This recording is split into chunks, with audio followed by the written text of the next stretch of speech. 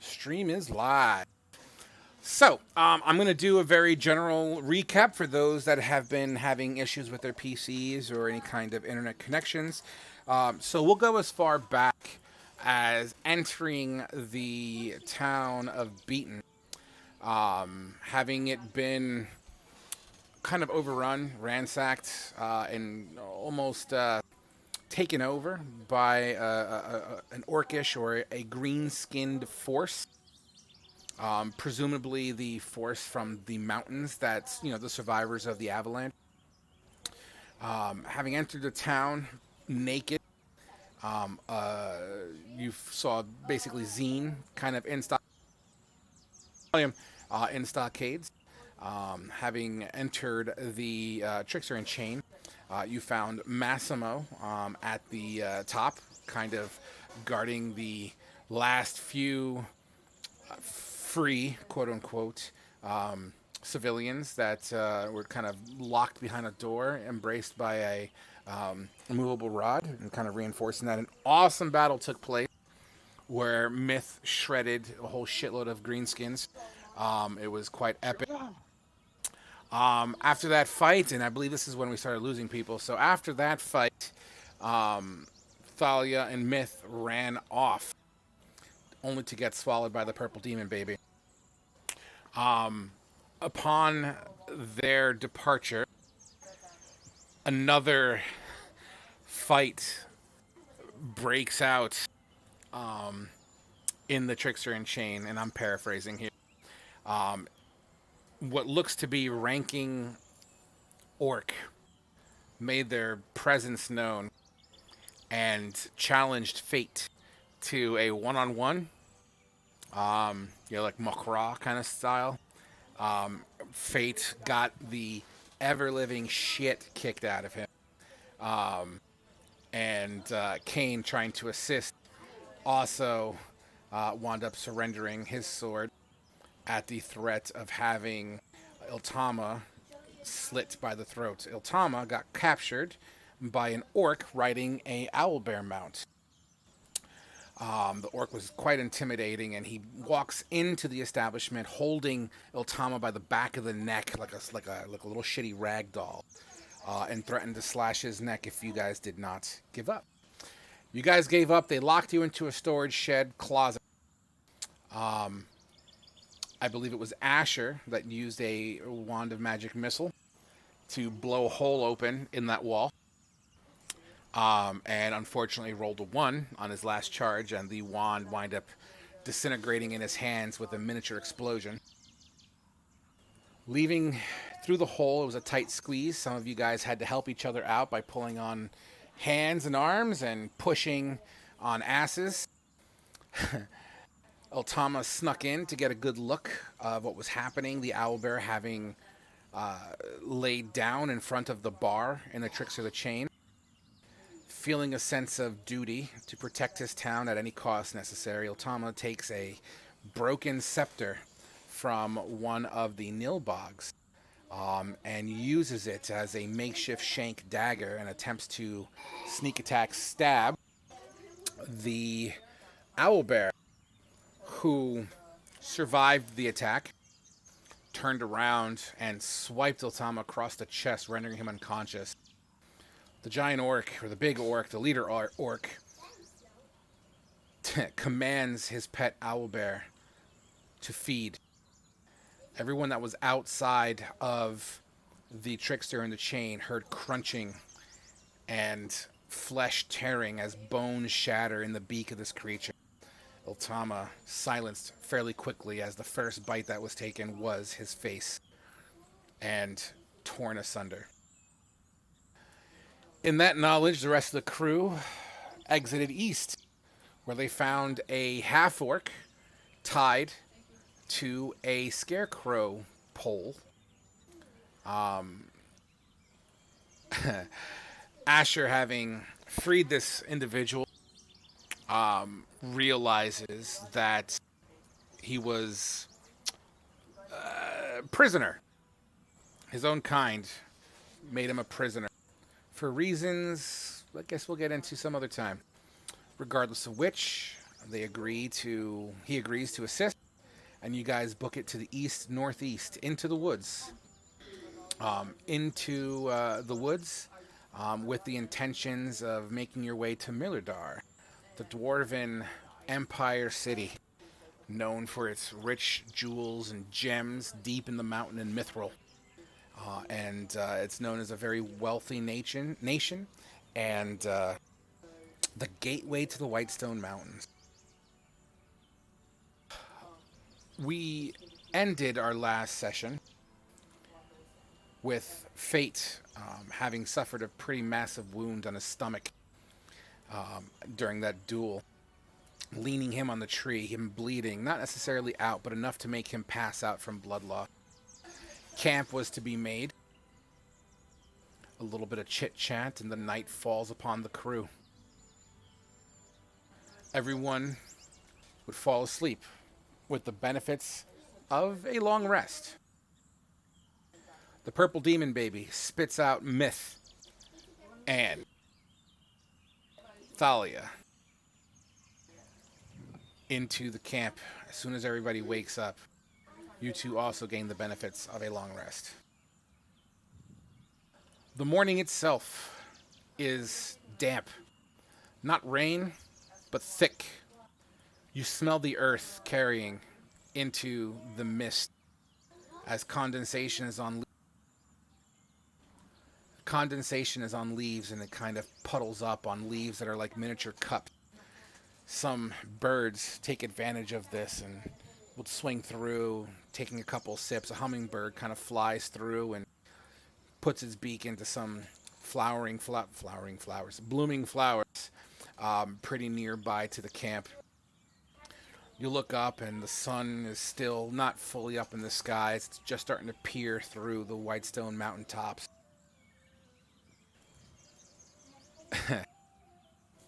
There you are. Ground wet. Some of you, your bedrolls have acquired a kind of a dampness to it as it absorbs much of the moisture around.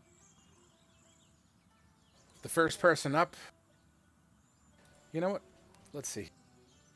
Everyone give me a perception check first. Let's get our shitty rolls out of the way, boys and girls. That's pretty shitty. You rolled a 3, Asher? Fate. Is it? No, it's Reen here, right? Yeah. Reen, my bad. Haven't quite memorized what game table it is. All right, so, Reen, you are woken up first. The pain in your belly, as it feels like your body is kind of still healing. Although your hit points are together, you still have a pretty fashionable wound in your belly for aesthetic purposes, but you feel rested enough to wake up. But it's the wound itself. You feel this kind of burn and a pinch as you open your eyes and go, ooh, ooh, ooh, and you kind of like grab it just to make sure you're okay. What the hell's going on here today? Yeah, I'm just gonna look around and make sure there's no super danger nearby, and it's gonna rest up again. Yep, the fire itself is kind of out, and the burnt, kind of charred logs and embers they appear to be very dark black, as they also have gained condensation. And, it's like a slight little of smoke just kind of coming off of one potential ember. Everyone around you seems to be sleeping. As you kind of peer over, you see Thalia resting. You look over at the Dragonborn, he's resting. You see Asher kind of snoozing, maybe tossing and turning slightly. You also peer over where, as Thalia rolls over and sits up, makes eye contact with you. Good morning. Kind of nod, like a greeting, but still kind of silent.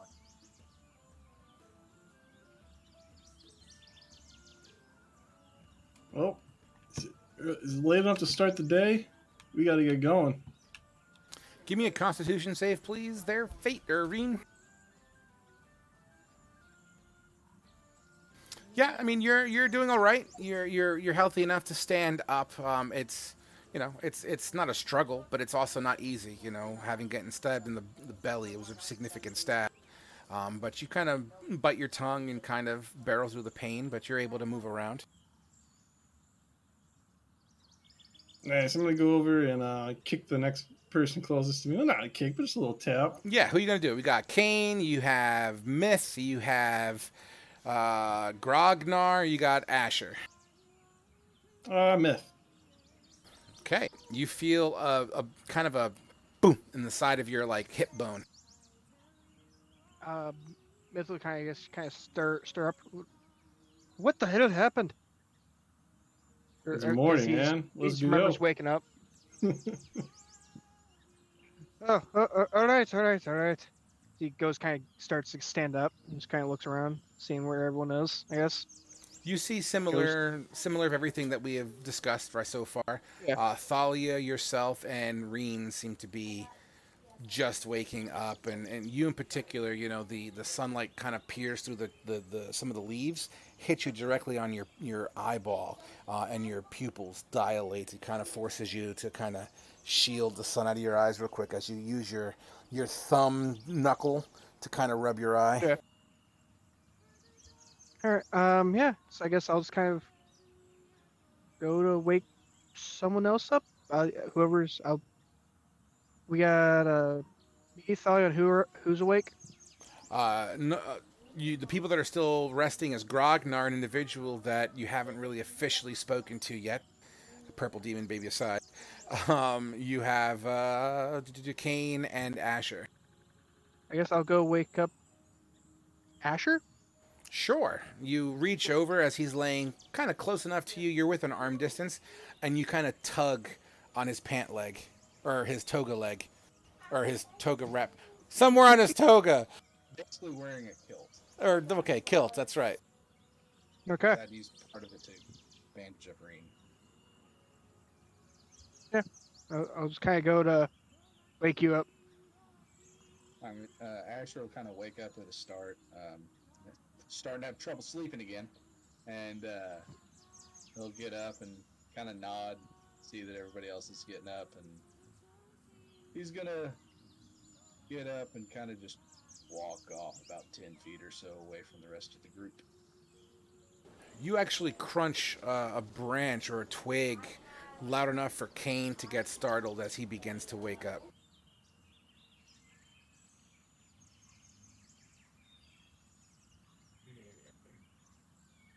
What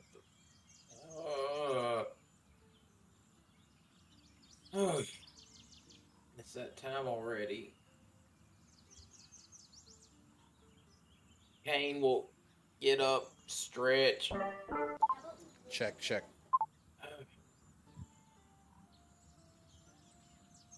So, what's the plan for today, guys? Grognar, do you snore? Yes, very loudly. Kane, there's a half-orc near you, snoring his ass off.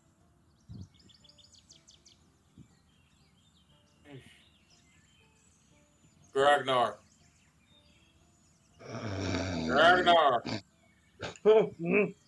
Yeah! It's time to get up. I gotta be awake. Okay. You gotta be awake. That's not fair. Yeah, that is completely fair. Fine. Grognar would start getting up. As you all kind of are awake, Asher's trailing off a little bit into the distance, a little bit of separation there. What's Thalia doing, having slept through a wet floor, half-naked in hide armor, weaponless as you left the axe in the wall with your trinket attached to it? Oh shit, I forgot I left the trinket on it. Fuck. Great. Now we got Angry Faye.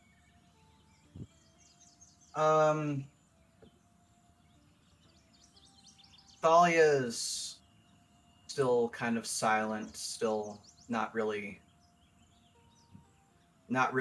all together after the incident with the well, just pretty much everything that's happened since the hag. So she's still silent. She's kind of just waiting for orders at this point, because it's easier for her to just follow orders instead of just trying to think about anything else right now. Absolutely. As you kind of are in that kind of headspace, Grognar comes up behind you with his coat in hand and offers it to you. I saw you do not have clothing. Would you like this? I nod hesitantly.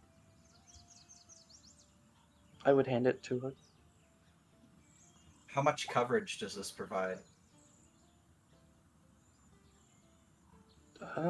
Grognar is about 6'6", I believe, 6'5", so, and it's a coat for him, so I believe you could wrap it around yourself for the most part. Okay. Does it have any way to like cover the face? The face, no. Okay. So there's no Think hood of it like a component. coat.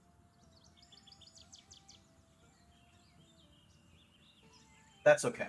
I'll still take it.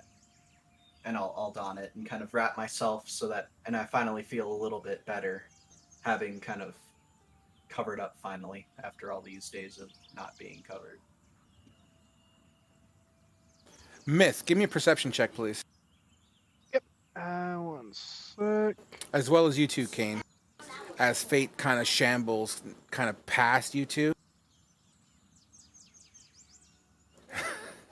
Okay. Fate's shambling past you two. Because apparently you're not awake yet. Nope. I'm waking still up, groggy. What's going on? Fate, as you try to stretch, you're trying to get limbered up here. You put your hand on your side where the top portion of Asher's toga was used to wrap up your wound to kind of keep it pressured. Your hand hits the side of the toga, and it feels squishy to you. As you look down, you can see it's kind of bled through a little bit. It's not like you're not dripping blood, but the bandage is absolutely soiled. Yeah, great. I gotta fix this. Gotta get my armor back. I need to get my sword back. Jesus Christ. Well, we gotta go see the hag in order to do all that.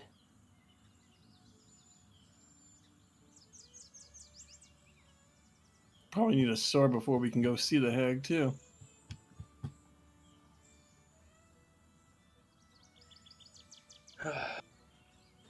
Everyone's tummy starts to grumble.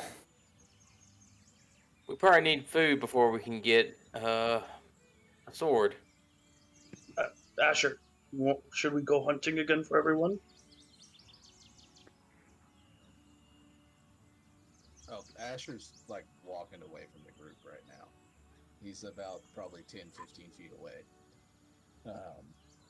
Kane will, seeing this, he will go approach his good buddy, best pal in the world, Asher. Hey, Asher, buddy, pal, you okay? He's gonna look at you with a "what do you think" look on his face. I think I've been better. No, I'm not. I'm not okay. We've all been better. It's been a shit show for a while now. Yeah. Well, it hasn't been good. No, so I'm taking a little bit of a walk in the woods because at least in Nathan, out here, I feel kind of normal. And he's just gonna keep walking, trying to, spend some time in the woods. Doesn't necessarily care if anyone's with him right now, but he's just trying to. Asher's just trying to like calm down and I don't know what the right word for it is, but like recenter, I guess. You want some company? You can come with me if you want. You can stay if you want. Right now, doesn't really matter. I'm not going to be saying much. Just going to be listening to the birds for a little bit, as long as we Okay. can. I'll stick with you for a while. The birds are, in fact, quite active this morning. It's almost as if they're migrating, perhaps, or relocating. I mean, who knows? But the birds do tend to flow through here from a variety of blue jays. The occasional cardinal would swing through. Perhaps a little like red-breasted robin. You know, scrounging birds. One of them digging through some leaves, trying to find a grub. Speaking of grub, your belly goes, oh. Okay. He's kind of just gonna find a nice, kind of clear spot and just sit down. You know, and just listen, close his eyes, and just kind of, like I said, just relax for a minute and try and feel somewhat normal for just a moment of just sitting around the trees, listening to the wildlife. Hey, roll me, just give me a straight wisdom real quick. I want to see something. So just roll wisdom and add my modifier. Yeah, no, not a save, just wisdom, yeah. Okay, I was just checking something. Just a 9. All right, so as you kind of seek your zen and Kane's, keeping you company, doing the buddy talk, the camera would slide back into the group here as Fate is seen kind of fucking with his band-aid. Grognar kind of slips out to attempt to try to find some food. Go ahead and roll that survival for me there. Absolutely. It takes about, let's just say, a half hour of you kind of scrounging around. There seems to be a pair of squirrel that are chasing each other around. Looks like maybe some sort of mating ritual, but they seem to be chasing each other around the outsides of a trunk of a tree, doing circles around it. You hear them kind of snapping at each other here and there. I shoot those, I would not get enough meat. Must continue searching. Absolutely. You will continue to search, and we'll leave you there for just a brief moment here. Thalia, having seen Asher and Kane head away from the group and Grognar slips away, you hear him kind of talking to himself a little bit. Oh, damn it. Not good, not enough. Things of that nature. You find yourself in camp, just you, Myth, and Reen.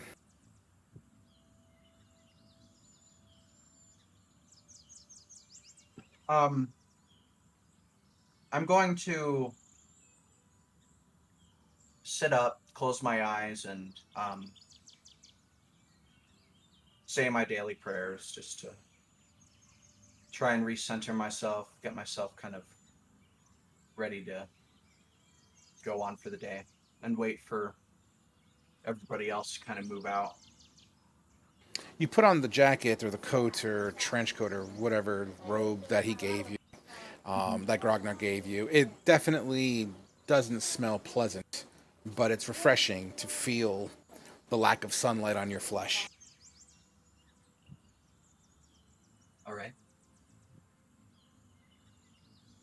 Myth, where's your head at in all this? Everyone seems to be around and about doing some shit. What's Myth all about right now?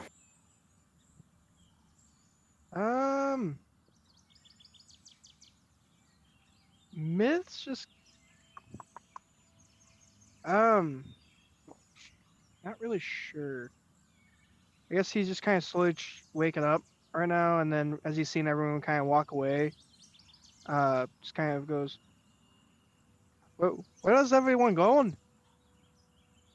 Kane, you are close enough to the camp to hear Myths kind of say that in a little bit of an adult roar. You're away from the group, but you're not like a mile away or anything like that. You're just a little holler away. But you absolutely hear that. Going?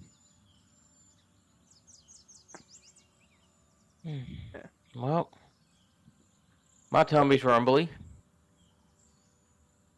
And Last time I brought back food, y'all bitched, so someone else can go find food. I did not bitch. Yeah, you did. No, I didn't. But I'll tell you what, I'll go find some food for us. You complained about the size of the rabbit we found. I said you brought back half a rabbit, not a whole rabbit, because half the rabbit was missing. There was more than half, but it's not my fault. All I had to work with was a half-orc that only used some type of spell that blew shit up. Well, I'm gonna find a pointy stick, and I'm gonna go kill something. I don't know what. I'm gonna go kill something and bring it back. Kane, roll me a survival as you leave Asher kind of zenning out. Shit. Grognar, as you push deeper into the woods, let's just say you're a good 300 feet away from the group at this point, you stumble across what looks to be about 5 to 7 white-tailed deer. One of them with horns. One of them with has an actual a rack on it. They all look at you as you kind of startle them a little bit. Their senses are pretty insane. You see the tails kind of flick up, showing that white fur under the bottom, and they start to flicker, and poof, they start to bolt. Eldritch Blast on one of the females. One of the females. All right, give me a roll there. Oh my god. Yes. Okay, so you channel. Yeah, you channel your energy into the palm of your hand and release this mighty Eldritch Blast. What color is it, by the way? Eldritch Blast is force, but it's it looks as if it's a purple tainted with black. Okay, you let it fly, and it literally shoots through one of the does, blasting a giant hole on the opposite side of it. It falls over almost instantly dead. Doesn't even move, doesn't even twitch. It's just gone. So you're able to kind of go up. This deer itself, it's you blew off about 20% of it, but there's still plenty of meat left over. Can I still try and shoot one of the other deer? Say again? Can I still try and shoot one of the other deer? At this point, they're hightailing it out. There's enough trees in the way that you can't really get a direct line of sight. Okay, then I would just pick up this one and start heading back to camp. Sure thing. You pop this deer over your shoulder. Question. I know you gave your clothing to Thalia. Does that render you basically shirtless up top? I still have a shirt. But if I'm going to pick this up, I would take off the shirt, not wanting to get blood all over it. Okay, fantastic. All right. After about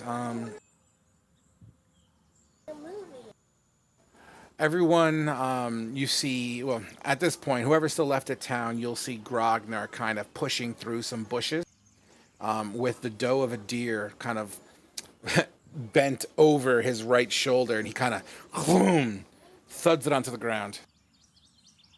I got meat. I think this is enough for us this time.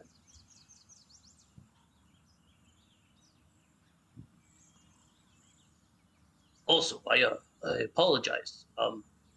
So it's Fate and Thalia that are in camp? And Reen, Myth, and Thalia. I'm sorry, I did not quite catch your names last time. I am Grognar. What are your names? My name's Myth, as he kind of goes and puts his hand out and does a Roman handshake. Grognar would reach out and shake hands. Yeah. Yeah. As you do that, Myth's hand just kind of doesn't let go for a second, and then he kind of looks at it, and then it just lets go finally. Strong man. Nice man.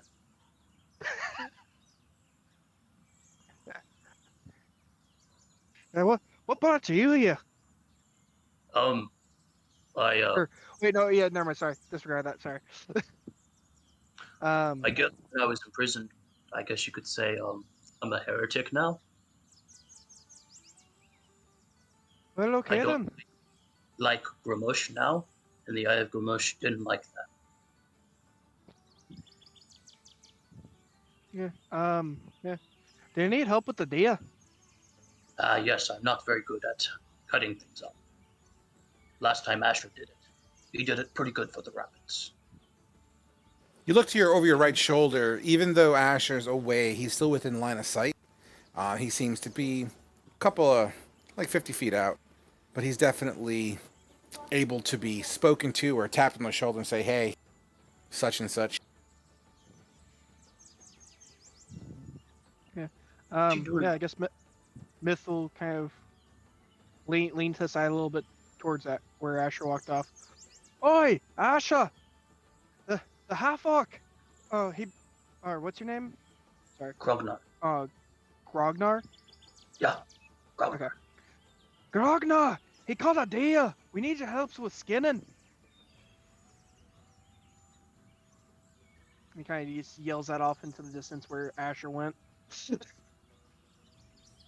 Asher will sit there for a minute, sigh, and then slowly get back up and head back towards the camp. You get to the camp, and it's clear as day. This is a doe. She seems to be fairly adulted.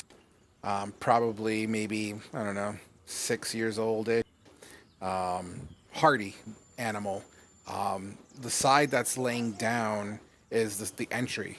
As you kind of flip it over, the whole other side is like the aftermath of a shotgun blast, just on the other side. Like the skin's just like rippled over, like a just giant fucking hole in the side of the deer.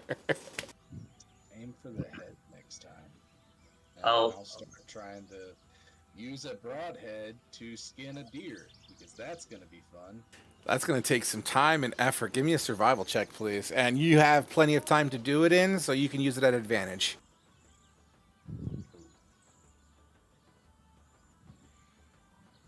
All right, not bad. Roll a d4, please. A d4 minus 1 makes it 1. It'll take you just over an hour to at least peel back and get rid of the non-edible parts, to get something as far as that going. Oh yeah, I imagine there's a lot of meat that got fucked up by the guts getting exploded. Yeah, but there's only 5 mouths here, and most of the damage is done to the internal organs. 6 mouths. Yeah. So yeah, man. So Thalia and Reen, you hear the side of a broadhead arrow kind of scraping into flesh and fur. Asher's gonna be mumbling to himself the whole time about not the right fucking tool for the job, and yeah, just not in a good mood. Damn, is it ready yet, guys? Jesus Christ. Reen, I'm starting to get real fucking tired of you bitching about every time I try and make food for us. Where's the old man? After about 30 minutes or so, Kane, as you kind of head off to find anything, you do come back empty-handed, unfortunately. But you did stumble upon some white-tailed deer, about 5 of them that kind of ran past you at fast pace, as well as a nature trail. Looks like it's a pathway that just seems to be like a highway for animals.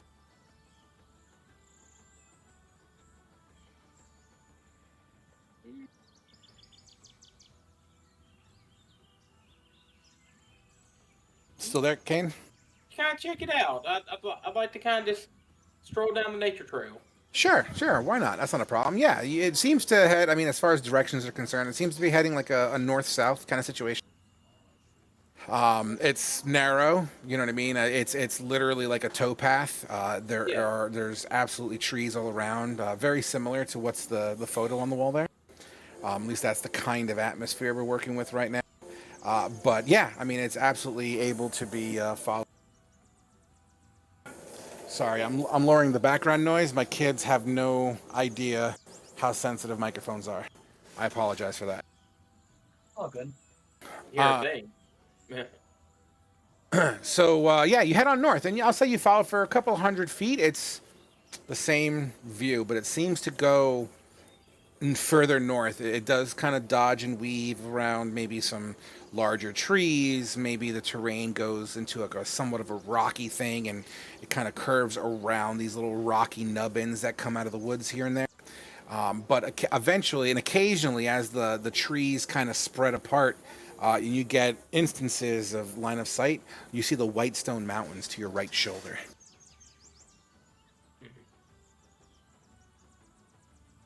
Okay.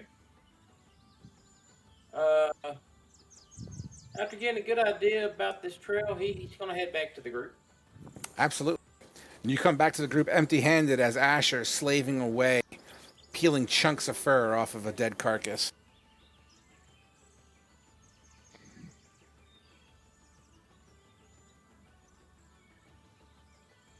Hey. Oh, it looks like someone was able to catch something.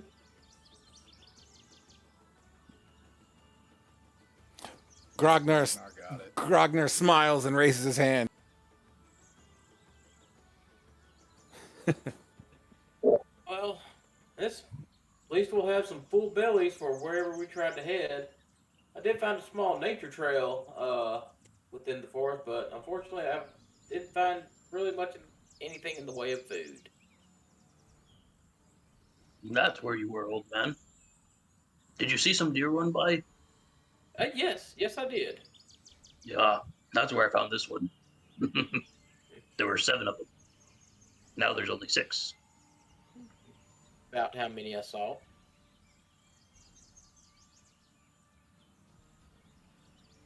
All right, so some time passes by. The deer's ready for cooking. Reen kind of hobbles down, tries to start a fire. You all kind of sit back, get some sticks, start cooking up, and chill. And this takes approximately, let's just call it 2 hours in total from start to finish. At this point, you've filled your bellies with some sort of substance. What's the plan, guys?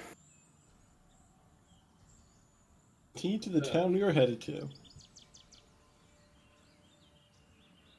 So, we have very few options ahead of us. We can't go back to Beaton. That's where the orc army is. One day. One day, indeed. I know we were talking about heading to Mirador, which is a ways away. And we are currently, for the most part, unarmed. We could probably fashion some weapons out of the bones of this deer. You know, maybe fashion some arrows, something. But the fact of the matter is, Mirador is miles from here. We're going to be a few days way travel.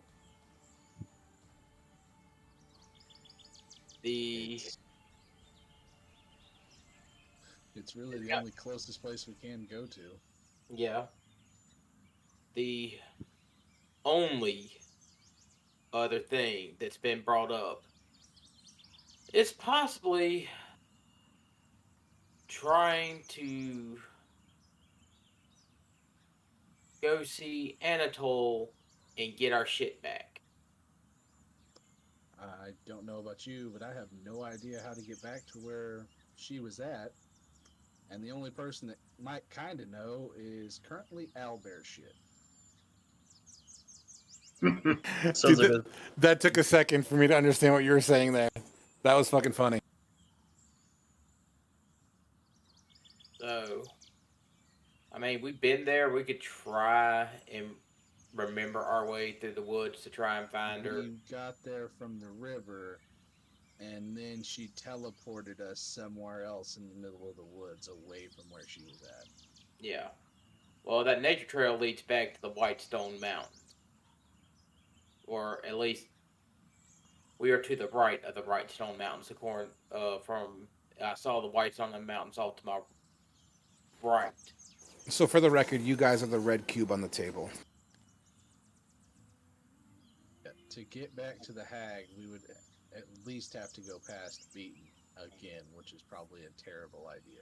Well, we could probably skirt around Beaton. It just add some time to it. We're going to be going near an area with a bunch of orcs that have already kicked our ass. Probably a terrible idea. Yeah. I agree with Asher. Not smart. It is probably a terrible idea. I think the best idea for us is just to go to the Dwarven city. just pray to God we don't get attacked on our way to Mirladar. I got that. He would kind of just pat his arm. Sure you do, buddy. I'm good at killing. That's about it. Asher, do you think there's any way we can actually forge some usable weapons from the rest of this deer? With the fact that I only have an arrow to try and clean bones off with, no, because it's going to take a while to break apart all the bones and then clean them of every bit of fiber and leftover meat and all of that. No, not unless you want to sit here for a few days, and I'm probably going to have a few broken arrows. I don't have that many left, so no. Oh, If it had been a male deer and it had antlers, then yeah, we probably could have used it to, make a spear or something. But this is the doe. They kind of don't have that. What about the ribs? Again, you need to separate them, clean all the meat and cartilage off of them, and then try and find a way to fashion them into a spear, or unless you want to just try and poke something with a rib bone that's not exactly the sharpest. Fair They make enough, good- fair enough. all right then. Step is we find some sticks and some way to attach the arrows to them and a way to make a spear, but I don't think any of us have any rope. I mean, I'm pretty sure if we get a big enough stick, we can have a decent club. Yeah, you're pretty much right now. Our best bet is to either everybody takes an arrow that I have, which I'm going to do a quick count. I have 10 of, and we can use those to stab things, or we find some big sticks and use them as clubs. Well, I'm gonna try and find me a club. I mean, that's easy enough, right? I mean, you're surrounded by trees. You take 5-10 minutes. You find a piece of branch that's suitable for you. You kind of put your foot on it using your body pressure to keep it down. You pull the other half towards you, and you hear pop, and you snap it in half. Make it kind of, you kind of smack the other end of it to the side of a tree. It kind of chips off here and there, making it at least wide enough where you can get your hand around it to swing. Oh yeah. Yeah. Here. And he tosses the club to her. I catch it out of the air and shake my head at just what I've It's been better used than- to using. Got an arrow if you want something you can poke it with.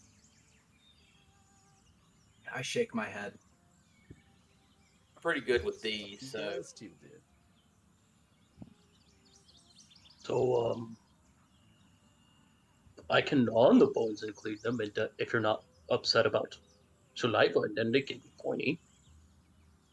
As he says that with a piece of meat in his mouth, he's basically suggesting eating the meat off of the bone to free up the bone in order to use. And then we can try and make twine out of the tendons. stretchy parts. It's gonna take a while to make twine out of sinew. Yeah, that takes. That takes weeks of twisting and drying. Yeah. Have y'all never field dressed a deer out of character? It takes a while to do what y'all are wanting to do. We're not gonna get it done in an hour. To completely strip the meat off of the bone, it's gonna take a day at least. My idea was just to do a crude. You snap the rib in half. May not be the cleanest thing to use, but it's at least something. Have you ever tried to snap a rib bone in half by hand? Yeah, it's. I never said it'd be easy. It's not gonna happen. Especially since these are fresh bones. It's They're all not gonna break that easy. You need to let them dry for a week. In this conversation going on, Asher, you look over to Reen, and you also acknowledge that his bandages are seeping through. I'm wearing just a skirt. Anybody else can make him a bandit. I toss my shirt over to him. I currently just have Use- leather gauntlets. Use that. That's right. You're still naked, aren't you, Myth? Officially. Yeah, all I have is just like leather gauntlets. That's it. It's awesome. You have my shirt. Here you go. Yeah, thanks, man. I'm gonna just kind of take off what I have on, is wrap that around it, and throw the hide armor over it. Awesome. All right. As you guys make your makeshift weapons, or at least try, who's taking an arrow for a pokey stick? I know I have one. I think I will everyone hand got my handed arrow one, back to right? Asher. Handed out to Kane and Reen and Grognar and myself. We all had an arrow because that's all we had left, and I marked all those down, and that's why I said I only have 10 left. Gotcha. You have 11. I mean, whether or not you guys use the pokey arrow, you don't have to if you don't want to, but for RP purposes, you guys have access to one arrow each for the time being. So if you want to put that in your bags, I don't care how you do it, but yeah, so you'll have access to an arrow in the event of a pokey scenario. What would that be considered, like an improvised weapon? Probably an let's call it a dagger, but with a D4 damage as opposed to a D6. Daggers already do D4. Oh, I thought it was a D6 dagger. No, they Nope. just do D4. All right, fuck it. Let's make it a D4 then. It does D2 damage. There you go. At this rate, I wouldn't be surprised. That's one more than me just punching something. All right, cool guys. So if I'm hearing the party, it seems like most of y'all wanted to go north towards Milidar. Is that correct? Yep. Kind Yep. of our only option. That's the only town that was close to us. Okay. Kane acknowledges to you once again that trail, and he kind of guides you to it. It's not that far away. As you start heading up that trail, guys. I would take point. Okay, absolutely. We're gonna fast forward a couple hours. We've been walking 6, 7, 8 hours. The trail is just cutting through the woods, man. You're taking, step over step. The trail seems to be consistent. It doesn't seem to heighten in elevation or lower in elevation. It's very mild. Think Appalachian Trail. Once again, periodically to the right-hand side of you, you'll see the tips and the snow-capped mountains to your right, i.e. east, over your right shoulder from time to time, and you see just the cloud cover just pass as you continue to still walk. Every once in a while, you'll hear some wildlife, not necessarily seeing it, but hearing kind of commotion here and there. At one point, you would hear a kind of sound, but upon your closer perceptions, you don't really see where the sound came from. But that was about an hour ago, and you're continuing forward still. Sun starts to set on the evening. You prepare camp as a result, as you've been walking all day, most of you without any kind of footwear. I believe all of you without any kind of real footwear. No, the hide armor should have some. Yeah, the hide armor I think has boots. Oh, okay, cool. Reen has boots, pants. Okay, oh yeah. Question, Frog. I meant to ask this before we left. Sure. I would assume there would have been like leftover deer meat that we would have cooked. 100%. That way we'd have some for dinner tonight. Yeah. The assumption is you'll keep some with you. You snack on it as you walk or whatnot. So yeah, that's fine. That's fine. Yeah. All right. But yeah, so you'll make camp as day 1 comes to a close. Day 2 begins in a similar manner as day 1, feeding on whatever's left over from the previous roast. Once again, pushing forward, the trail opens up into a clearing of high grass. Go ahead. I was gonna say, just at night, whenever we go to make camp, at some point Asher's gonna walk off a little bit in the woods and just kind of sit down and do his whole find a quiet spot to sit down and awkwardly start trying to pray again. Okay, give me a wisdom check, please. Right.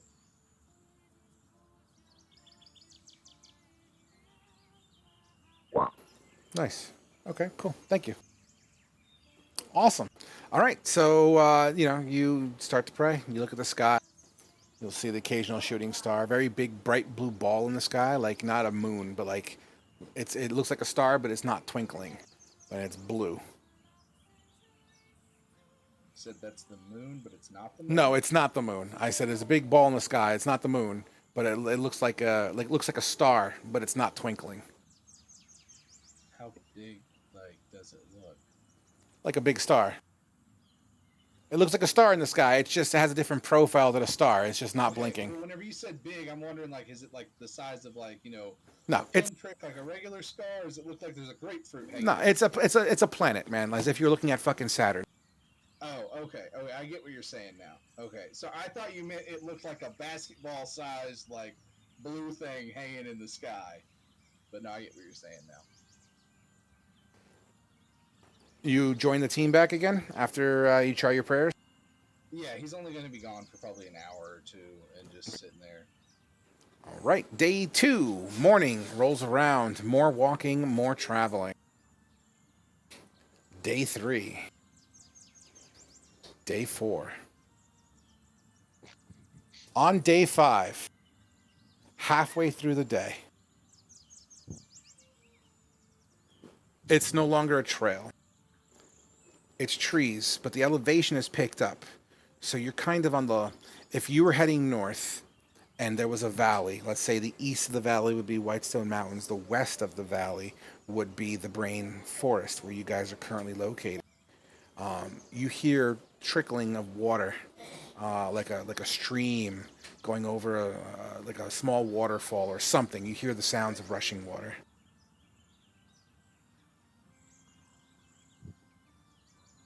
Find it. I'm thirsty. Yeah, I'll see if I can navigate us towards the trickling water. Absolutely. It's not that difficult as you continue to walk through the trees, snapping the occasional branch, scruffing up against the occasional thorn. There's a small stream that is kind of flowing over some rocks, and it seems to go like waterfall, shh, waterfall, shh, waterfall, shh. And as you all look and follow the water with your eyes, there appears to be what looks like a cabin at the base of the stream. Mithrax, don't go just walking into this cabin in the woods this time. Look, I was hungry and they seemed nice enough. We told you they weren't elves. So there's a cabin at the base of the stream. We remember the last time we saw a cabin in the woods. The cabin roof shingles seem to be moss covered. Okay, leave me alone. Seem to be moss covered. The sides of the cabin, they don't have any windows on this cabin, at least not from your angle. It seems to be adjacent to a body of water. Looks like a lake or some sort of pond that the stream is feeding into. Once again, you're at the higher elevations and it goes downhill like a small waterfall after small waterfall after small waterfall into that body of water down there as it pools. And the side of the cabin, it has like a porch. You know, like the wooden porches with the hand railings and all that jazz. And it has like vines kind of growing around the outside. It looks like it's semi-overgrown, but it seems to be standing. Might as well go check it out.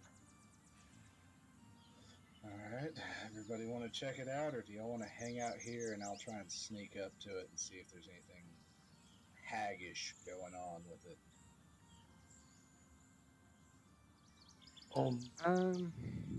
I will go with you.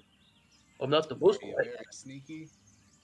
I'm more quiet than most of my kind. I'll come with you. Alright, okay. Everybody else stay here? The three of us can go check it out, or do we all just want to walk up to the cabin? Well, let's just walk up to the cabin for right now. Until we actually see something worth being stealthy about, let's just kind of walk up there like we're friendly. Myth, any idea? Y'all okay with that? Yeah, let's go knock on the front door and see what happens. We can't always assume that every denizen we come across is a threat. We always must give them the benefit of the doubt. I don't know. Be cautious, but not aggressive. If anything that looks fucky, y'all run. Take big fucking steps in the opposite direction. So I'll yell really loud if y'all need to run. So if I was to cut a chunk of the land out, that's kind of the terrain. Obviously, it's an interpretation of it, but like it kind of, waterfall over waterfall to waterfall, and then at the base of it is where the cabin is alongside. In fact, I think I have a picture of it now that I think. Is there like a wheel, like a water wheel? Negative, but I love the imagination on that. Give me 1 second. Cabin are we? Well, at the moment, you're at the top of the hill. It's like 100 feet. 200 feet. I don't know. Sure. Oh, and it has a little tire swing too. Yeah, that totally doesn't look creepy at all. Oh wait, picture. With a tire swing. Yeah. Oh, there's tire swings in your world, so that implies there's vehicles. So that means Wagon wheel. Rock me, mama, Me like a like wind a in the rain. wagon. trademark. Rock me like a wagon. I think I'm going to stop providing pictures. Channel gets hit with a copyright strike. Or can't you're going to get along restrict you great. It's only bad if you that play the just- song. The tire swing just means there is hope for Rath's tank idea on Tuesday. So, Okay, I need to join Tuesday's game. So aesthetically, that's kind of what you see as you make your way down this hillside. There's like a pathway that goes up this hillside, and occasionally you'll find little crossovers, almost like someone put mini bridges here and there that kind of crisscross over this stream. So what's the plan? While we're walking up, Asher's going to be keeping an eye out for like anything that seems fucky, because the last time they encountered a hovel in the woods, it was a bunch of hags and his friends all almost died. So here's how we're gonna do group perceptions going forward. What is everyone's passive perception, starting with Thalia? 12. Myth. 11. Asher. 17. Reen. 12. Grognar. 10. Kane. 12.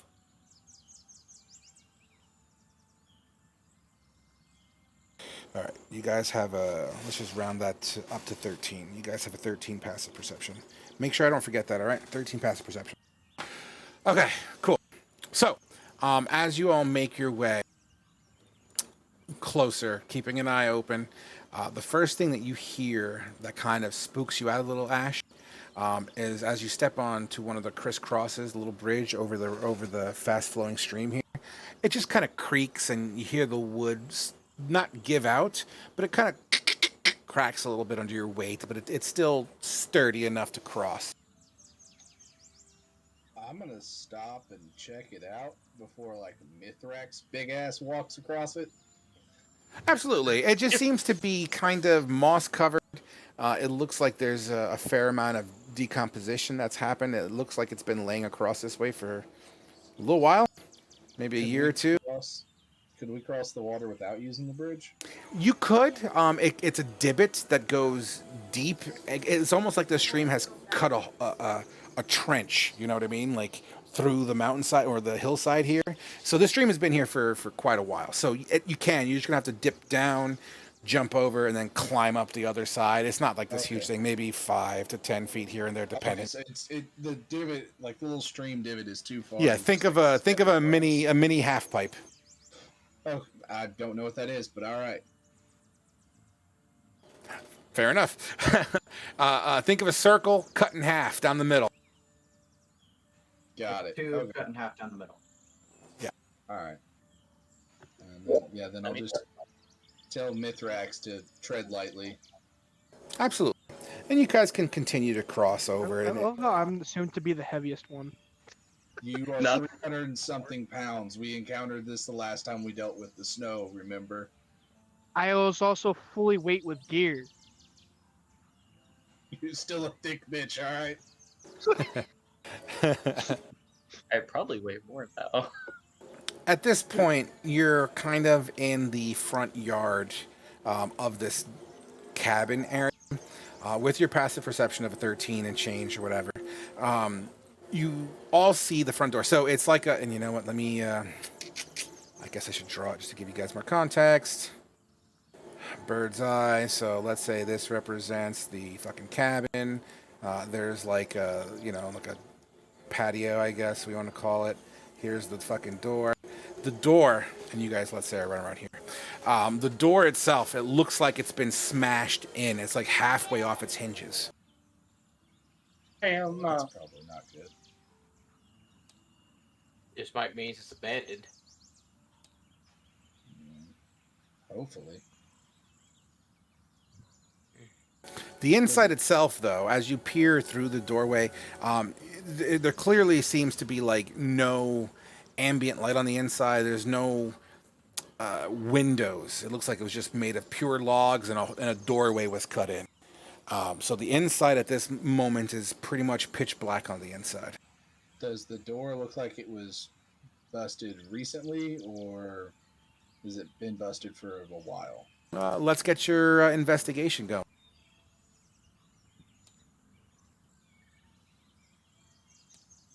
With an 11, it does appear to be weathered. It may have swung back and forth on the hinges. The top hinge itself seems to be split.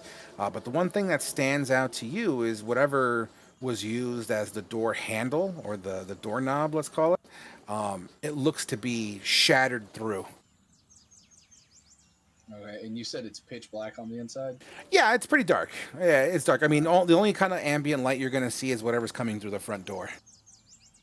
Then would it be dark enough for me to be invisible if I stepped inside of it? Technically, you get, as long as you're in dim light, I believe. So, yeah. It has to be dark. It has to be darkness, not dim light. Let's just say 5 to 10 feet in through the doorway. Sure, I'll give you that.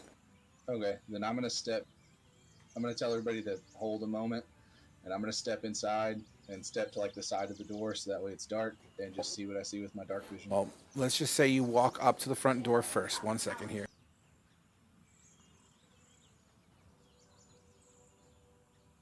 Please. Never. Oh, wow. Okay. As you kind of cautiously, because you already indicated you're being Mr. Cautious right now, as you cautiously kind of go up the front steps, you know, those steps, the first 2 patio steps, and you kind of step into it. There's like leaves that have been blown onto this thing.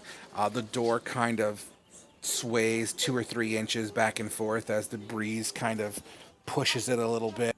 It kind of creaks a little bit as well. You hear kind of twigs from a nearby bush blowing in the breeze there that's kind of tapping on the side of the cabin here. But the one thing you do happen to hear is a slight growl. Like an animalistic growl? Absolutely, 100%. Then I'm going to free once a day cast Speak with Animals. Okay, I'll link it. Do you need line of sight?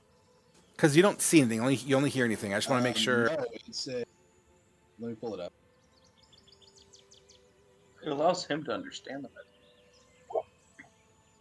It's just verbal and semantic. You gain the ability to comprehend and verbally communicate with beasts for the duration. It only lasts for 10 minutes. Okay.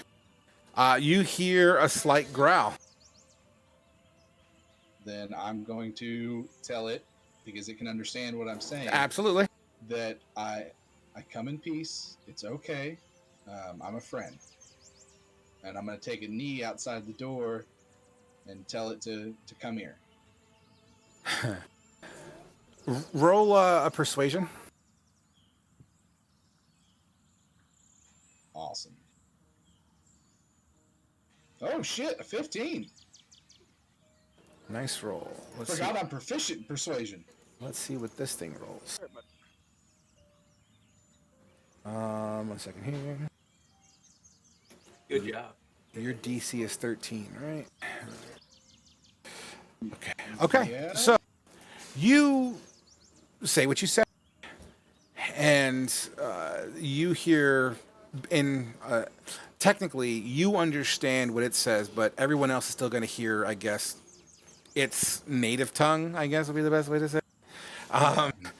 If I hold up my hand to everybody, tell them to like stop and just like hold a moment, like do the whole like one finger up thing. Absolutely. I have a picture to share. Is it a wolf or a dog? Kind of. So as it comes closer, you hear it as it's just beginning to kind of crest into the light from the doorway. You hear, "You come in peace so freely, so wonderful smelling." What the fuck is that? Is that a saber-toothed tiger? It sure is. Lovely. Why would you, delicious morsel, so freely enter our home? We didn't mean to trespass on your home. We got attacked by orcs, by greenskins. And I will try to mentally communicate the image of an orc to them, and say we were running from them, and just stumbled across the cabin. Mind you, everyone else hears. Well, they would have heard me casting a spell. Well, yeah, but doesn't mean they hear the fucking cat. That's what they hear, the growls and the cat talk. They don't know what the fuck is going on. They're not completely fucking crazy. No. I wasn't hinting towards that. I'm just giving precedence of what's happening. Is this normal? Is this what? Is this normal for him? Yeah. It's at least a little bit normal for me. The saber-tooth, having understood the concept of green skin, replies back, "Foul tasting, mutton, too stringy, bland." As he kind of ducks, like not a pounce position, but you know how cats can do that. They kind of lower themselves, and he kind of looks between your legs, and between your legs in the distance, he looks at Grognar. He is kind of a friend. For a greenskin, he's not too bad so far. And I'm going to offer him a piece of the deer meat that I have and kind of just toss it to him. You mean you haven't eaten it over the past 5 days? Oh, well, it's a big-ass deer. I thought there might be some left. There's 6 of us. Yeah, that's true. Never mind. There's no deer meat 5 left. days. I didn't think about that. Yeah. I forgot it's been There's 5 days. You see looking for something else to eat. You see saliva dripping from its fangs at the sound of deer meat. Well, I forgot that it hadn't been that long, so I didn't know we didn't have any. We don't have any of the deer meat left. It's all good. It's all good. Nevertheless, it's looking back at you as you said. He's kind of a friend. Its red eyes or orange eyes looks back in your face, but it still has that lower, and its hind ass begins to do that back and. You know how cats do that back and forth. Yeah. I'm gonna ask it if it. Are you hurt at all? And we might be able to find you some food. Yes, we are hurt. Our bellies hurt. Well, I can have my friends go try and find some food for us all, and I can see if I can take care of any injuries you might have. And I'm gonna turn back to my friends and say, "Hey, there's a saber-toothed tiger in here, kind of hungry, but he's also kind of chill. If y'all want to try and find some food for all of us, we might have a friend. Go." And then I'm gonna. So you want us to leave you with the wild tiger? At least a couple of you go try and find some food, so it doesn't think we're food. I guess Myth will kind of go to look for wild game. Go help Myth find food. Are you sure? I will be here with Asher. He will be fine. Okay, I'm gonna help you find food.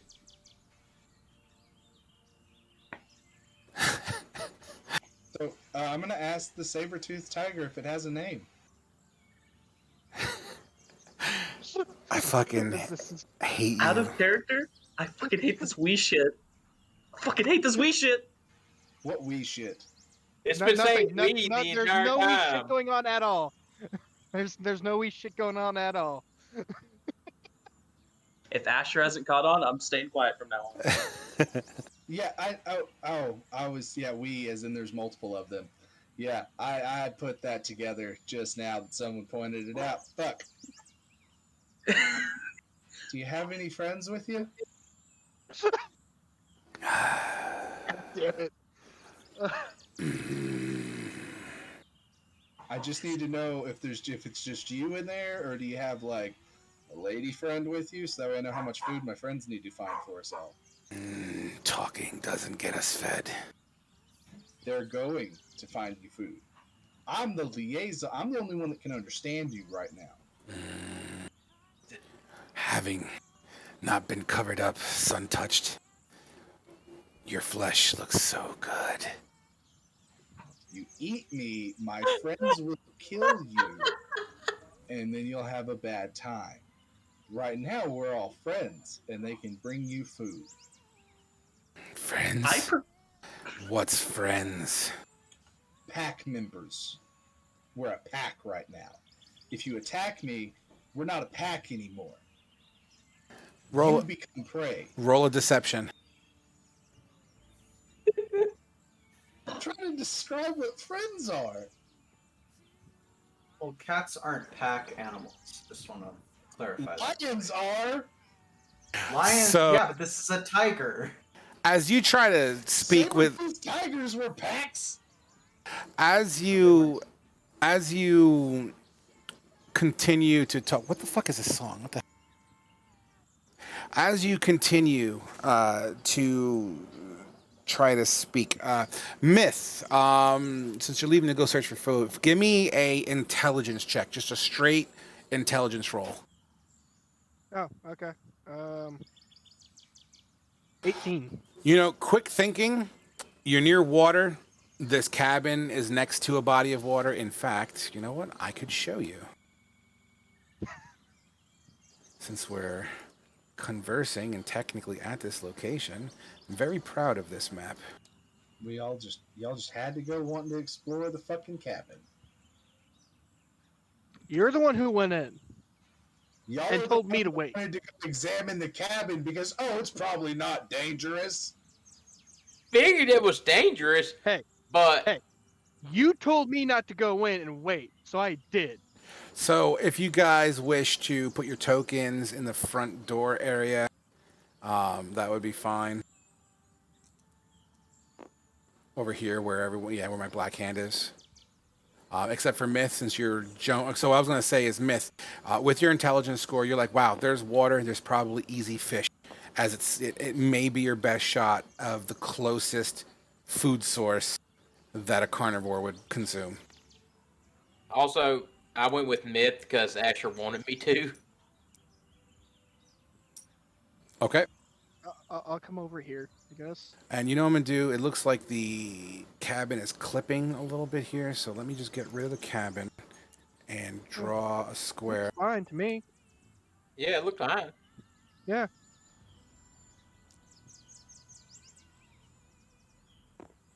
Good off Okay, my no end. cabin. In case we get into combat, we're going to need the non-clipping situation. Okay. Try and keep it out of there. By the way, my spell only lasts for 10 minutes. Yeah, it hasn't been 10 minutes How yet. long it's Myth, let's say it's been about 5 minutes. Myth, roll me a survival. With advantage, because Kane's helping you. Okay.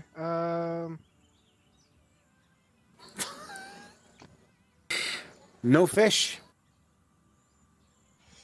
You flip over a rock, and you find a crawfish. I'll just kind of toss my mouth to munch on and keep searching. Absolutely. All right. Back to the cabin while you guys continue to search. Asher, since you're kind of face to face with this creature, it's maybe like 10 feet away from you in the doorway. Give me another perception, Asher. In the back, behind this, in the darkness, behind the cat in the darkness, you see a pair of reflecting eyes. And you hear, in a different voice... You cut out really bad, do what? You see a pair of glowing eyes behind the tiger that you're currently talking to.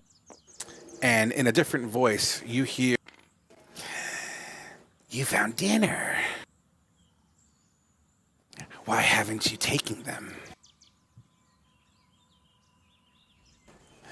They're talking. They're spreading out. They're making it easier. I can understand you, by the way. Ah. Hi, I'm Asher. I wave at the one in the back. What's y'all's names? We're all friends right now. Odd creature. Fangless speaking. You never did tell me your name. I'm sure you have a name. Name? Would you like a name? Yeah, it's what you get addressed by. We are nameless. We go by scent. As the other one also now side by side making itself appear next to it, as now two saber-toothed tigers are standing in front. One of them in a kind of front end, like back end up, front paws down, kind of like in that ambush position, and the other one still standing straight up. How big is the one that I've been talking to's fangs? Pretty big. Actually, I'll pull out their tokens to give you a context of size. These are considered large creatures. These are big. Okay. Yeah. Well, then I'm gonna look at. I'm assuming it's a male and a female. I mean, you could absolutely assume anything you wish. All right. Well, I'm gonna look at the one that I've been talking to. Let's just say that would be tiger number 1. And I'm gonna give it a compliment on the size of its fangs, and say, "How about I address you as Longfang?" Sounds intimidating and scary, doesn't it? So, first, let's give you... Fuck it, roll another persuasion. Let's have some fun with this. It's been a couple minutes. Let's see what happens. A non-Beastmaster gaming. Oh my. Ooh. Okay, so before anything else goes with that conversation, because we know the other two are trying to find fish and they're sucking at Grognar, Reen, and Thalia. What are you guys doing? I mean, Asher's talking with tigers, but you don't hear what they're saying. You saw what I do. I have Shatter ready to cast on the back wall of this cabin in case shit goes south. Shatter on the I'm back wall? standing close by as well. Yeah. Okay. Kind of like I kind of make it seem like I'm not there, but I'm standing close by in order to assist if need be. Absolutely. Reen. I'm standing right there. You know, I got the my arrow, and I'm just hoping that another misfortune doesn't happen again to us. Long tooth? Yes. A pride. Long fang. Yeah. Interesting. You know how many victims I've eaten with these fangs? Probably quite a few. You look like a pretty ferocious animal. They slide. Very respectful. They slide into armorless flesh with ease. I imagine they do. Imagine it's about how lethal I can be with one of my short swords, but sadly, the fucking greenskins took those from me. You mean you do not have fangs of your own? Oh no, I do. They're just of a different sort. What sort? Show me. Show us. Grognar smiles and his tusks show. No, I can't bet again.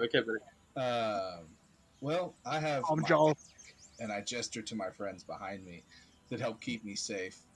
And I have some other tricks up my sleeve that I could do, but they're more situational than something I can actually show right now. Kane, it's your turn. Give me a survival with advantage. Okay. Don't fail. Out of character, I really want to give these like tigers like chin scooches. 21. 21 and a 19 to back it up. Behind the bridge there, there seems to be like 2 or 3 decent sized rainbow trout. And if you were to approach it in a certain way, you could absolutely kind of corner them into a little offshoot of the stream.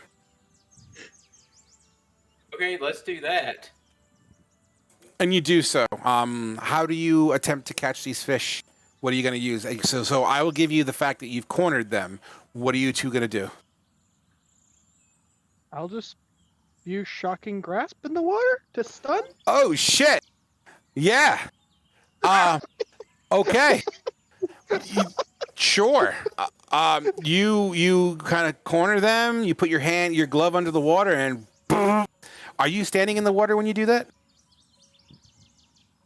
Fuck, yes I am. Because right a little bit further, I was saying where I was standing in the water right before it goes into like the little mini waterfall into the pond or lake, whatever, waiting for fish to come here. So yeah, I'm in the water. So yeah, no, I zap them and myself apparently. Yeah. What's the? Can you link shocking grasp for me, just so we can see what it's all about? Oh, that's not what I want to do. How do That's fine. I clicked on it. It's fine. Okay. All right. Why don't you roll your lightning damage? Son of a bitch. 7 lightning damage as 3 decent sized rainbow trout begin to float to the surface. Just kind I of bet you would for that. pick them up. Absolutely. All right, let's get back to the cabin. Yeah, Yeah, alright. how much time? You have about passed? 1 more minute left. Remember, Kane I'm and Myth are hauling ass trying to find food for you. Then I'm Yeah. going to expend a spell I'm still- to keep this up. Okay. I'm still chewing on what's left of the crawdad. As I'm running back with fish. Absolutely. Okay. Asher, you see your buddy come back with some decent sized fish, 3 to be exact. Then I'm going to look at Longfang and say, Longfang, my friend, one of my pack members has came back and looks like there's a fish for both of you. Fish? You Yes. mean scaly tails? Yeah. And I'll have, once Kane gets close, I'll take 2 of the trout and give 1 to each of them. It's been many suns. Yes. As the other female, well, tiger number 2 in a different voice, agrees with tiger number 1. Roll me 1 final persuasion. At advantage since I've given them food. I'll tell you what. I am gonna roll. I'm gonna roll a D100. If it's a passing grade, I will give you advantage. Where the fuck is my other? There it is. All right, we rolled. No advantage. All right. I rolled a 43. Sorry, buddy. Yeah, that's the way my luck's been going. Hey, Fucking 9. God damn it. How do you give them the fish? I was just gonna toss it in front of both of them. I'm not about to try and hand feed Yeah, saber-toothed tiger. and don't assume anything. You never know what DC I'm looking for, right? So, you toss fish number 1 in front of tiger number 1, and it kind of flops in front. It goes up to it, and it's like,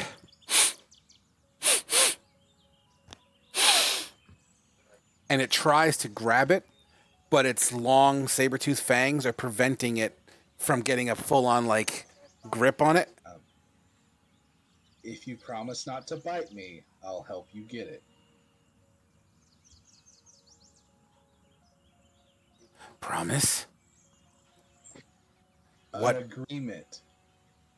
Agreement? Yeah, like how you have your pack mate there and you trust her not to attack you in your sleep. We survive each other. Yeah, if you help me survive, I'll help you eat the fish type deal. kind of looks over. He's no longer in that like pouncing position. He kind of stands up a little bit, looks over to number two. Number two. So now they have kind of like both their heads poking out of the door. They're still in the home, but now they have like both, like they're kind of both jimmied in the door. I'm gonna pick the trout up by the tail and hold it out to it and just say, just take the fish, not my hand. Okay. Let's have a little fun with this. Let's have some flavor. Give me a dexterity saving throw, please. Don't always assume I'm trying to do anything bad. Beautiful. As Isn't that the game's job? as you hold the record so far is bad shit happens. So as you hold the fish up, it snaps and you kind of let it go and pull your hand back as it bites with such force that it literally like explodes, like goo comes out of both eye sockets of this fish. And it kind of squirts on the floor a little and it retreats back into the house and you hear munching. The second one, I'll do the same thing for the second one, just holding it up by the tip of the tail and tell it, don't take my hand. Fantastic. Dexterity saving throw.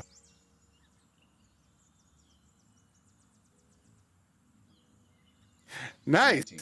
Same concept. This time it kind of fumbles a little bit and the fish kind of plops at your feet, but it grabs it almost like the fang almost getting your foot, but it pulls it back and retreats back into the home. And you hear kind What is of the chewing coloring on these saber-toothed tigers. Let's go with the picture then, the dark gray. Because she doesn't have a name yet. And I feel like I need to name both of them. Keen Eyes. I'm going to ask her how she likes that name, because the first thing I noticed from her were her eyes. Yeah, she's not replying. She's eating something that she loves eating that she hasn't eaten in a long time. Right now, you don't matter. That's fine. That's fine. She Okay. understood what I asked. They both vanish into the darkness of the cabin. So I'm going to turn back to the group. So we kind of have friends right now. Kane, Myth, if you can, find more fucking fish. And I'm going to step inside the cabin. Sure. You step inside the cabin, and as soon as you hit the darkness, you vanish. That's just innate, right? That just happens, or do you have to cast like a... No, it's just innate. Once I'm in darkness, I vanish. But I was just going to step inside where I'm still in the doorway. I'm imagining, like, I just inside the threshold. Yeah, I mean, and this is not to scale, obviously, where you are, but inside the cabin, you would basically see, to your right would be kind of like a kitchen-y area. I guess we can call it a kitchen-y area with a table, the table being broken in half and flipped upside down practically.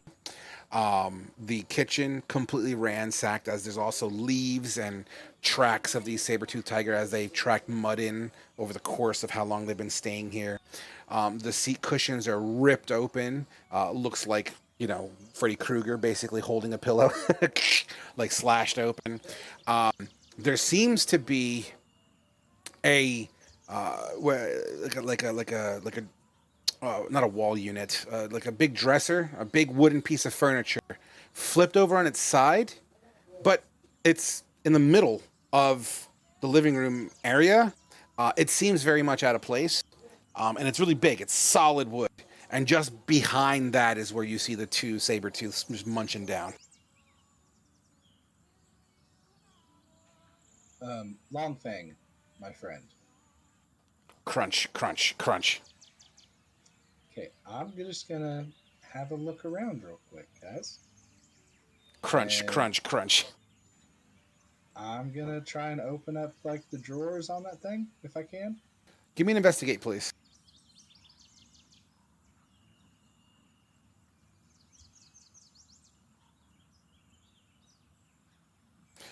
With an 11, as you kind of fiddle around, I mean, there's books in here that kind of tipped over. They seem to be well weathered. I'm just trying to find clothes. Yeah, they seem to be very well weathered.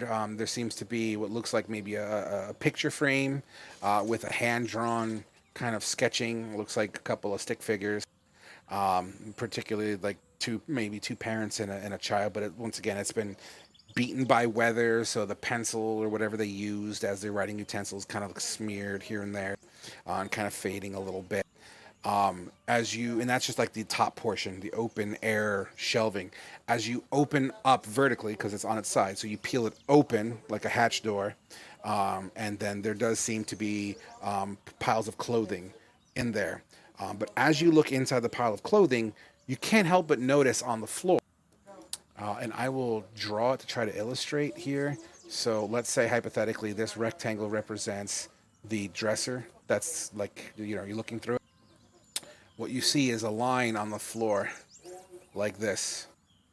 Like it's a squared off, and it seems to have the same patterning as the floorboards. Does it look like a trapdoor? It does look like a trapdoor with the dresser on top. Okay. I'm not going to say anything to my tiger friends, obviously, but I am going to scoop up as much of the clothes as I can in my arms. And Absolutely. pitch them out the door. Fantastic. Everyone that's on the outside, you just see articles of clothing flying out of the front door. And then I'm going to keep just looking around, but also keeping an eye on my tiger friends. Everyone on the outside, are you checking through the articles of clothing? Sure. Yeah. I know nothing but me. So I'm going to give you guys the open creativity to choose your article of clothing here. But a bunch of clothes, a big pile of clothes have been cast out. The only stipulation is they would be woodsman-styled clothings, and a woodsman's wife-styled clothing. So feel free to dress yourself however you see fit. But the clothing is old, stale, and in some cases dried. So any good tug would tear it, but it's still clothing. Any sorts of, like, a scarf or something, like a long piece of fabric that I could use as like a head wrap? 100%. If not, you could absolutely tear one of the clothing that's there and make one if you had to. I will do that as long as I'm not tearing something somebody else wants. Yeah, no, you have creative liberties. Feel free to dress yourselves however you see. Just keep it in the genre of a woodsman and a woodsman's wife kind of wardrobe. Save Asher some clothes.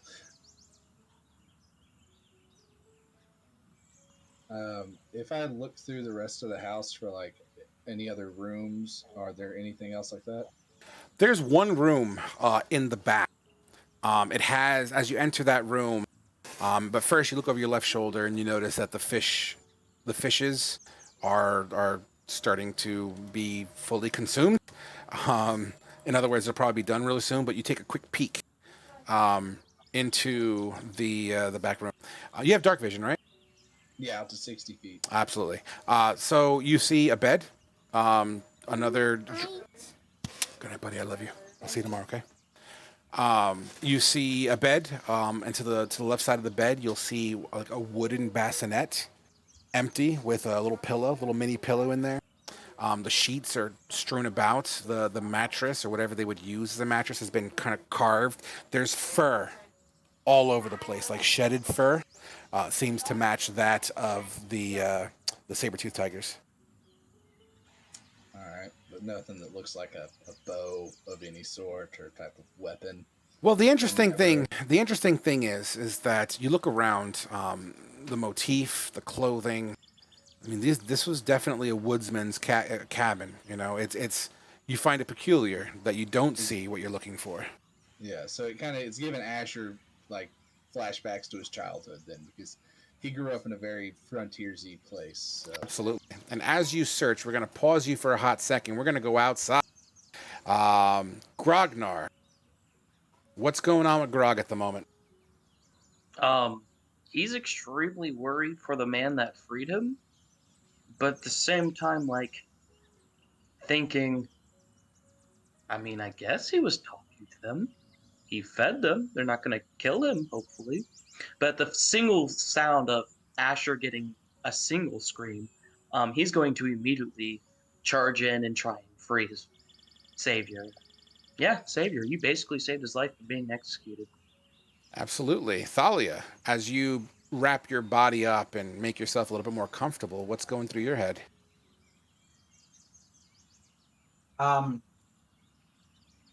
She's now that she's kind of covered up and she's not exposed anywhere, she feels a lot better.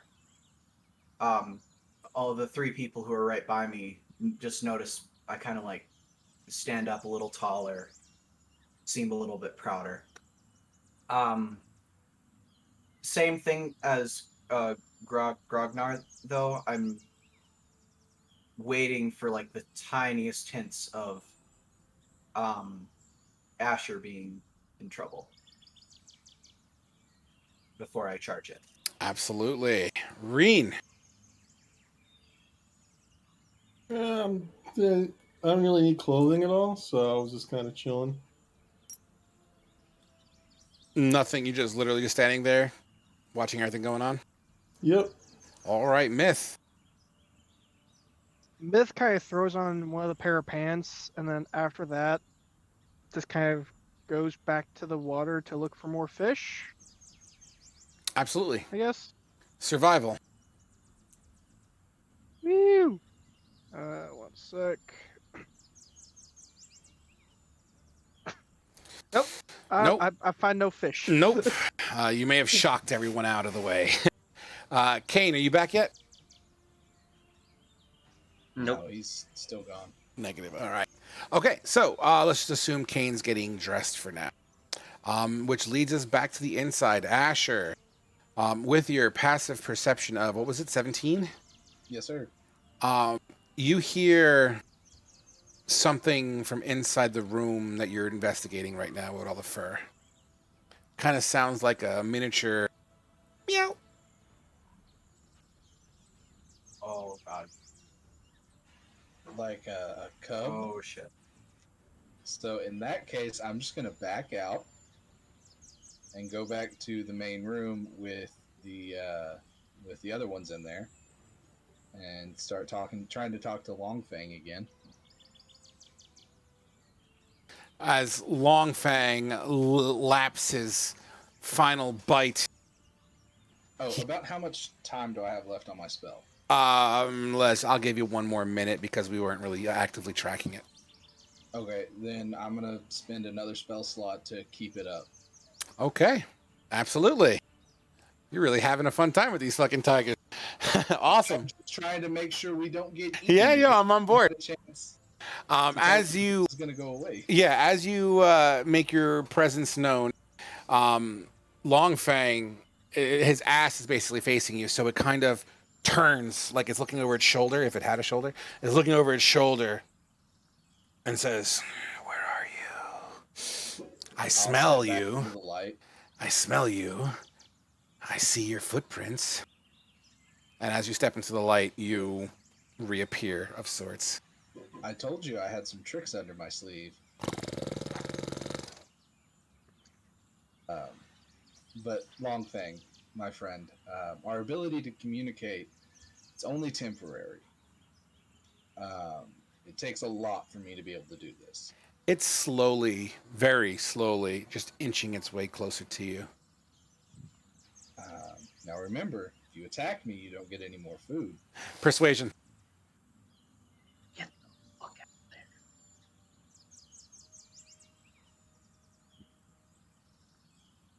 of there. Fucking 20. It stops for but a moment.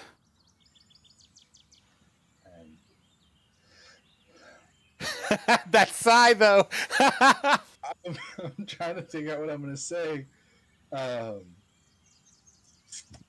I'm going to ask him if he liked the fish. Our favorites. Delicious. Thank you. It's no problem. Like I said, as long as you're not mean, as long as you're not trying to eat me or my friends, my pack, we will help you find more. We'll find you some more fish before we leave. But you are so mouth-watering. Yes, but the fish is your favorite, right? Kane, you back yet? Yeah, I'm back. I need you to search for more fish. Or I know you're getting dressed. Are you going out to search for more fish? I'm already dressed. I got clothes back in Beaton. Oh, fantastic. So I assume you went with Myth then? Yeah. Okay, cool. Survival check. Keep me from getting eaten. 11. There seems to be a fish near you. It doesn't look anything like a rainbow trout. Maybe it's a sunfish? An itty bitty one? Sunfish. Okay, Is that catch an it. actual fish, or is that a? Yeah, it's a sunny fish. It's like a panfish. I think a bluegill, but a different offshoot. I was really confused when we said sunfish because those things are fucking massive. No, at least the sunfish in Pennsylvania, they have like they're like a panfish. You're talking about bluegill? That bluegill is a variety of the sunfish. I don't know. I've always called it sunfish. Oh, I know what these things are. Okay. Yeah. It's a big ass fish. They can get larger. This one in particular seems to be fairly young. I was gonna say Okay. bluegill can get to the size of your head in size. They can get pretty big. Moving on. Catch Though. it. Catch the sunfish. How? I take my arrow and stab it. I will give you a disadvantage attack, and you could use either Dex or Strength because I'm going to consider that arrow a finesse weapon. Okay. All right. Well, I'm going to use strength.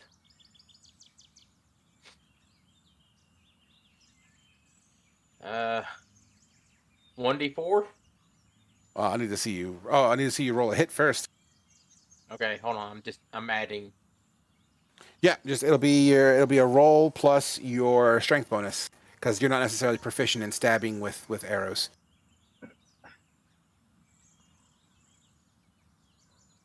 You could just click on strength check.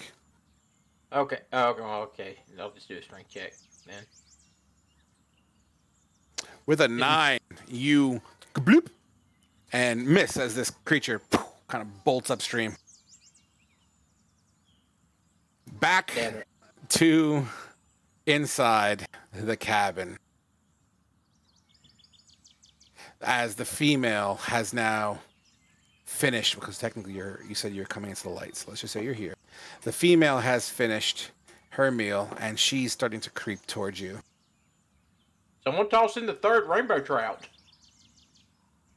I am slowly starting to try and back my way outside the fucking house. Sure. But still keeping an eye on them, trying to talk to them. Well, you definitely are talking with Long Tooth, Long Fang, whatever you call them. The female, however, she's doing that slow inch closer towards you, and every inch she gets closer, her head drops a little bit. And I'm gonna address her, not without really looking at her, but address her. Telling her the same thing I told Long Fang of, as long as y'all don't try and attack us, we'll bring you more fish. So, and I'm gonna ask her how she likes the name Keen Eyes, since I don't have a name for her yet. I use before anything. Go ahead. Sorry. So before anything serious happens here, we see Asher kind of like backing, like where 100%. 100%. Right? Okay.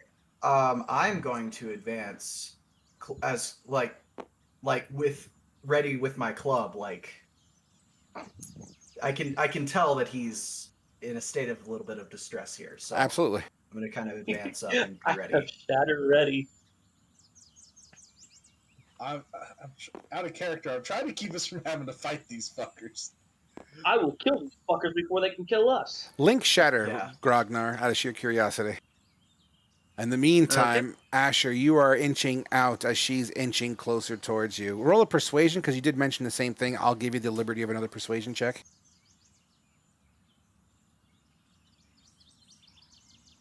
$13. I got to roll for that. Hold on. She stops inching, but she stays in like a lowered stance. And she also goes, as she kind of, her tongue comes out and like licks up and down her left fang, and she kind of a little bit. I'm going to ask them if they had a cub. They both drop their heads towards the ground. I'm not trying to hurt anything. I'm just curious. I just saw Myth facepalm. You don't. Sorry, that was awesome. Asher smarter than Josh, okay? So they both, as soon as you say that, there definitely seems to be a little bit more of a heightened state, as they both start to inch towards you now.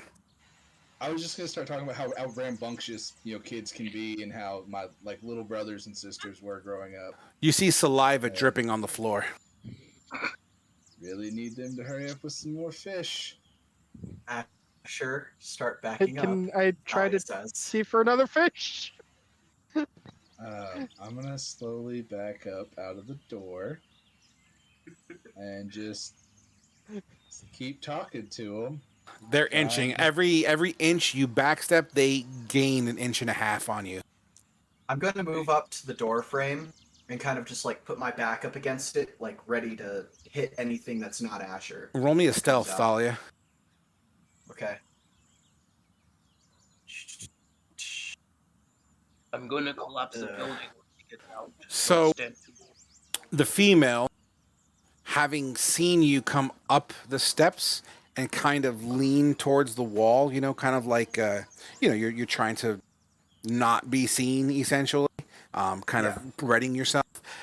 Because of the angle that the female is approaching on Asher, she sees your silhouette kind of cross over Asher's light source, basically acknowledging that something's going on. And only because I rolled a pretty good perception on this, she leaps into the air in Asher's direction.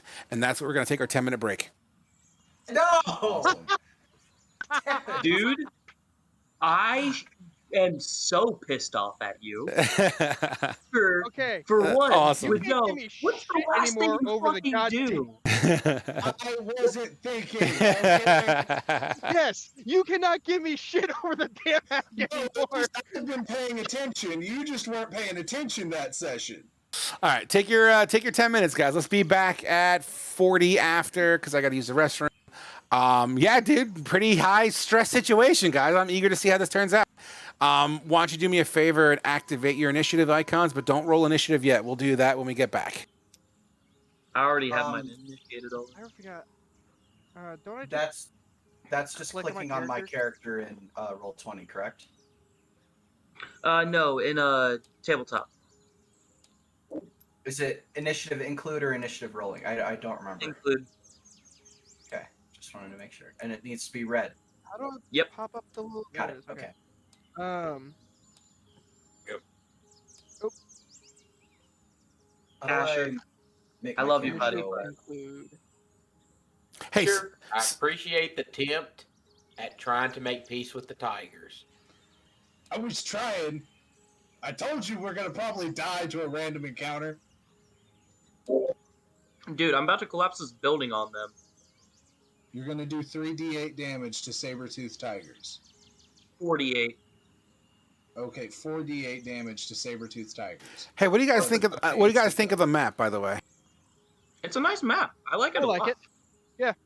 I made this thing so long ago. I finally get to use it. I'm excited. All right, bathroom time. BRB.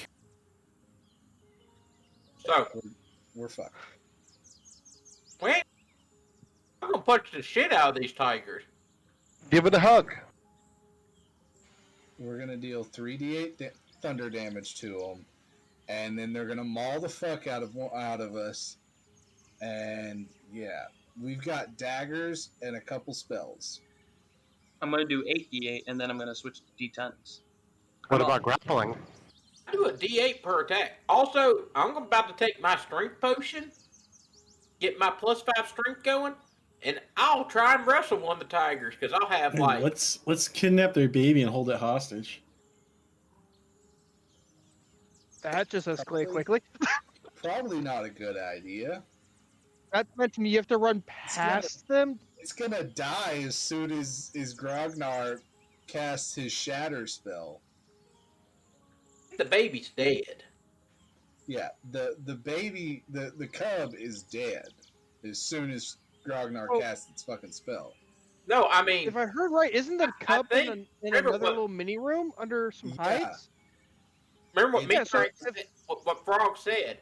They hung their heads, and I don't think they know about the room, the basement down there. Yeah, the basement below. If there were people still down there, they're about to die. So, but y'all don't know that.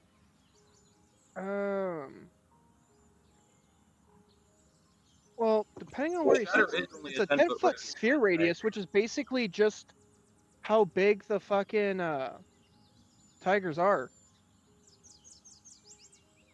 Yeah, he might catch one or two of them.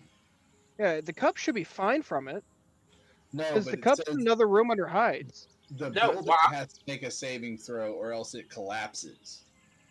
Guys, Oh, okay, I'm seeing where it is now. guys, So the cub's gonna die from the building collapsing. It's a fucking cub. It's Yeah. probably got 5 hit points. Well, guys, there did went Frog that say there was idea a out of cub? my head. Do what? Did Frog say there was a cub? 'Cause I don't remember. Yes. He said I heard meowing, like Oh. soft meowing in that other room. That's why I turned ass and walked away. Okay. And well, I say it's like, well, there went my idea. Is just like if the cub lived.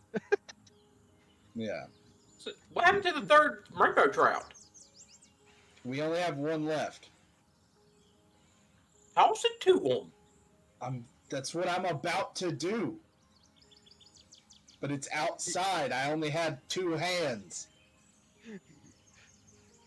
Meanwhile, the mama's jumping at you.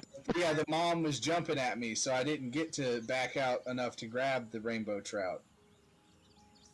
My plan, that's why I was backing towards the door, was to try and grab the other fish and toss it in there. And No, I know what needs to happen. Okay. So, I need Asher to embrace his inner furry and put the moves on the mama tiger. Yeah, no. Yeah. She's pouncing on my face to eat me right now. She's pouncing on your face, I mean, and you can give her a there kiss. is No. vor is a thing. No. I don't know what the fuck vor is, but no. Oh, don't look it up. Don't look it up. Do not Google it. I like how both of my characters on the both campaigns I'm in keep getting fucking sexualized. I've got Zark on the Tuesday table wanting to turn Wrath into a fucking sex robot, and now y'all want me to try and fuck a tiger. I'm not. Look, someone has. We don't have a Hey, bard. hey. Someone has to take the bard position. Then At you least- can do it. Hey, You don't think orcs Fuck have the high- whole party over. hey. First of all, we're going to rename Ready Brad to Fisto. die. Do what? We're going to rename Wrath Fisto. And, No. Wrath is a fucking Ken doll and is asexual. He only calls himself he, so that way he fits in with society better. you need to look up Fisto from Fallout New Vegas. No, he's already. I don't even know. I haven't played that in forever. So how come nobody's gonna try and sexualize the orc that's charisma based? That's the orc's job.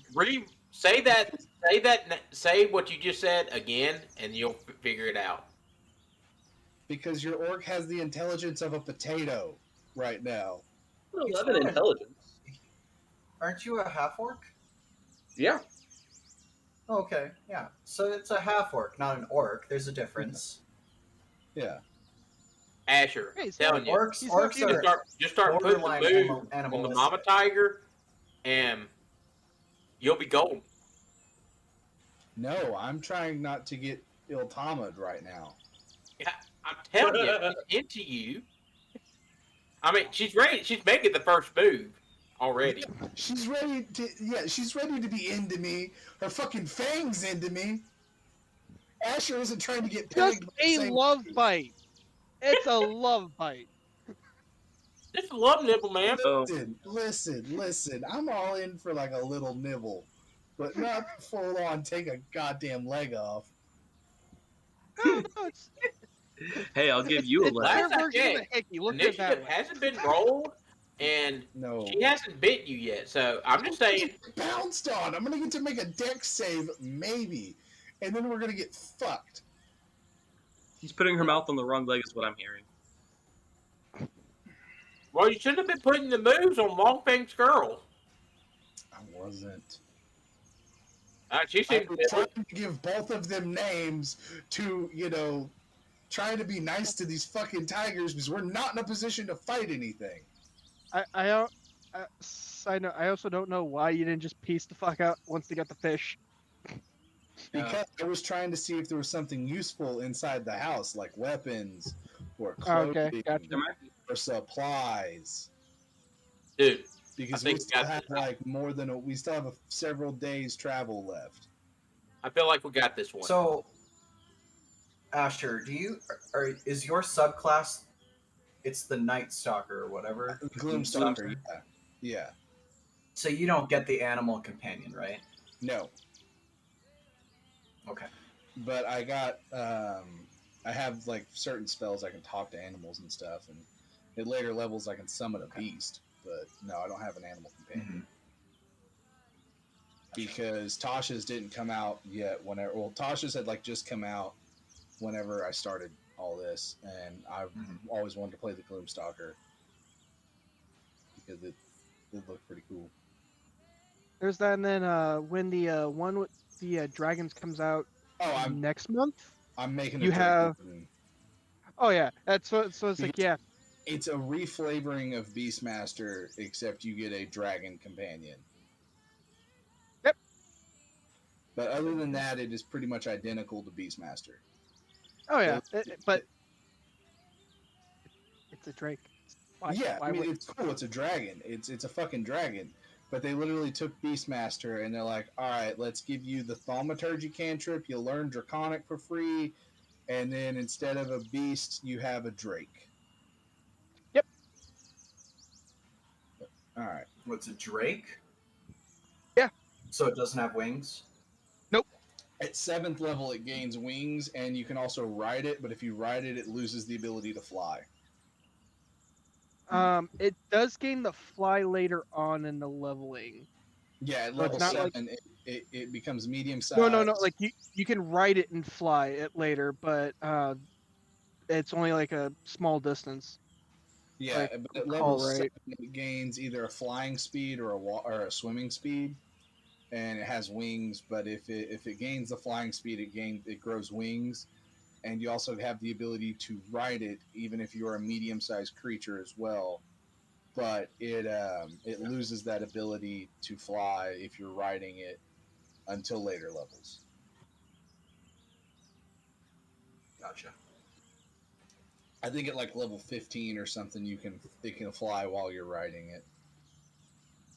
Give me a sec here. So what I'm hearing is an entire party of dragon knights. So at 7th level, Drake mount grows to medium size, reflecting your bond. You can use it mount up even if you're medium size yourself. You can ride it still. While you're riding the Drake, it cannot use the flying speed of this feature. So yeah, at level 7, it gains wings and can fly on its own, but cannot fly with you on it. And that's it.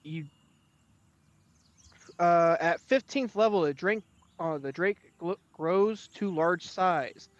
So at 15th, you can ride it and fly. Does it now? Yep. Yeah, that's what I was saying. That's its like capstone ability, because all of them have like a level 15 ability that's like their ranger capstone for the subclass. Yeah. It's like perfect bond. You and Drake you're talking about that thing. Gotcha. Yeah, the new one from once that comes out, my next class I'm building is a Drake Wart ranger. All right, let's get a quick roll call here, because I want to make sure we value everyone's minutes here.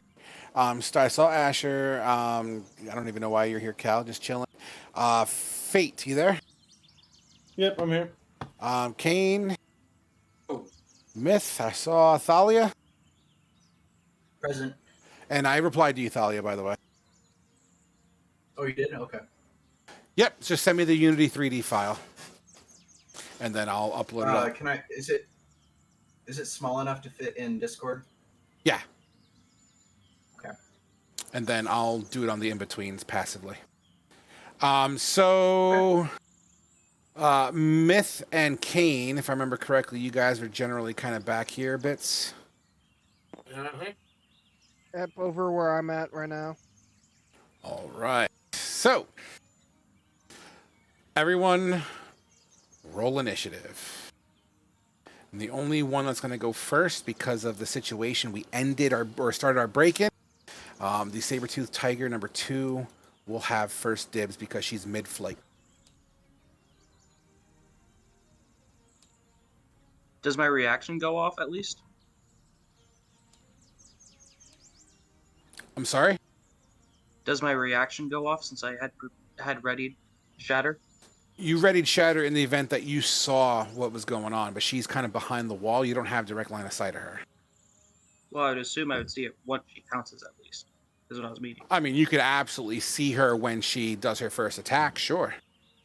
Yep, that's what I was expecting. I'm not going to get to try and, like, duck out of the way or anything. No, absolutely not. On the back wall, it's a 10-foot radius, so you won't get hit. Put the moves on her real quick. All right, So use guys. the dodge action. So we are going to roll initiative in 5, 4, 3, 2, 1. Myth and Thalia. Bum, bum, bum. I had mine set. You have to hit the enter key. Yeah. You put the number in the middle where the 100 is, and then you hit enter. I never do. Okay. Let's try it again here. Let me know when you both have it set. I think I have mine set. Okay. I think I just set mine to All where right. I roll 20. Refresh. There we are. All right, guys. Adding battle music for this bitch.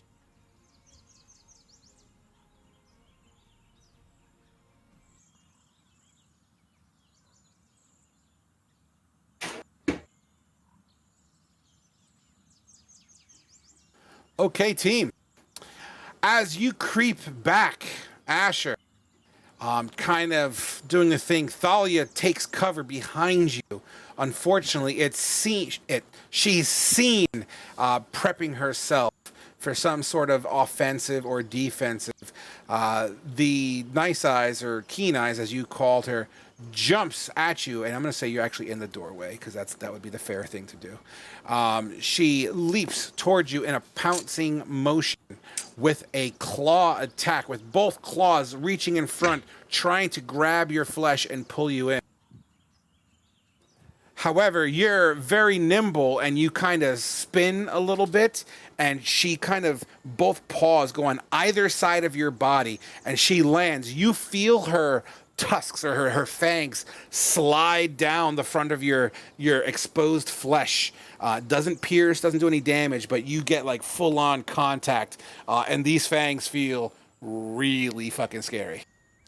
Which brings us to Asher. What the fuck?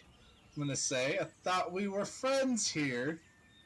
And If by friends you mean a meal, then weak, and your spell ends. okay, I'm gonna pull out my arrow dagger thing and try and stab her. Shank it. Actually, first, So, no, shit, I don't have any. I only have one spell slot left. So Fuck it. I'm gonna get to stab. I'm gonna stab her. Also, just as a heads up, Frog, my hit point total is 35, not 28. Just I don't know how to change it. If you were to open this here, you see max 1. You just move it over to 35. Oh, okay. I assume There we go. 25 hits. Yeah, absolutely. Your 25 would slide as you hold the shaft of this arrow. You don't see it pierce through because of the thick fur, but you feel it kind of stutter for a moment, and then under the pressure, pop in. And I'm gonna use my piercer feat to re-roll that one. Sure. 6 damage. And that's with the D4, right?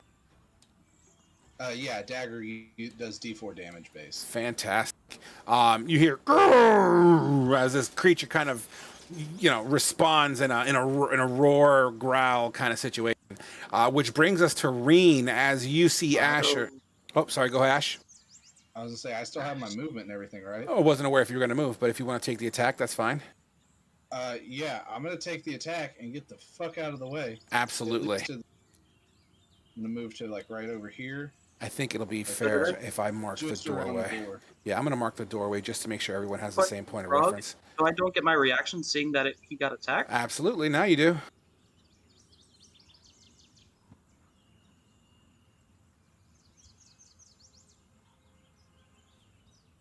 DC 12 con. With an 18, do I take half damage or something? Yeah, half damage, and it would hit both of them because I'm putting it on that back wall back there. Remember, this house is kind of not fully to scale, but I'll give it to you. That's fine. Just understand that the house is a little bit bigger on the interior than it looks to be in the squares here. But nevertheless, sure, I'll give it to you. So half damage of 17. So that would be 9. Explain what that looks like. So you guys would hear see me open my book and kind of just like shout as loud as I can, and then inside you hear an ear-splitting sound as I believe the building also has to make a dexterity constitution saving throw with disadvantage. Can you tell me, just tell me what the spell looks like, please? Okay. And he would shout, "Stand back!" in Orcish, so none of you would understand, but absolutely. As your shatter hits the back of this wall, you start to see sunlight peer through as the back wall begins to crumble.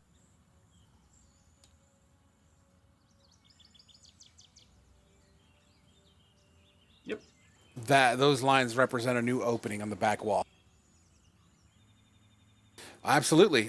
So Asher then takes the attack of opportunity real quick. With a 19 to swipe. I assume that hits. My AC is 14. Yeah, gotcha. This claw, it hits you, but as you pull away, you have to kind of yank the claw out of you as you kind of use the wall as like a fulcrum, and it pops the claws out of you, and it tears across for 12 slashing damage. Cool. Reen, you're up now. I'm just gonna move up to here and gonna hold action. Can I hold action with my arrow in my hand? If the guy walks out in my range, I can stab him. Absolutely. I'm just gonna do that then. Absolutely. Kane, you're up. All right. Well, seeing as how I hear the commotion of a battle, I'm gonna drink my potion of strength.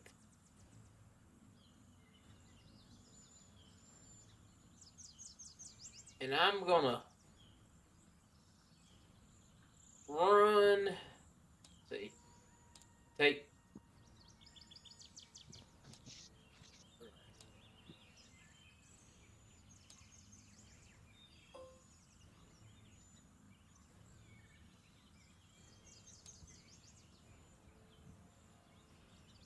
Nope, don't do that. Hold on. Alright, that's where I'm at. Now I'm gonna take the dash action.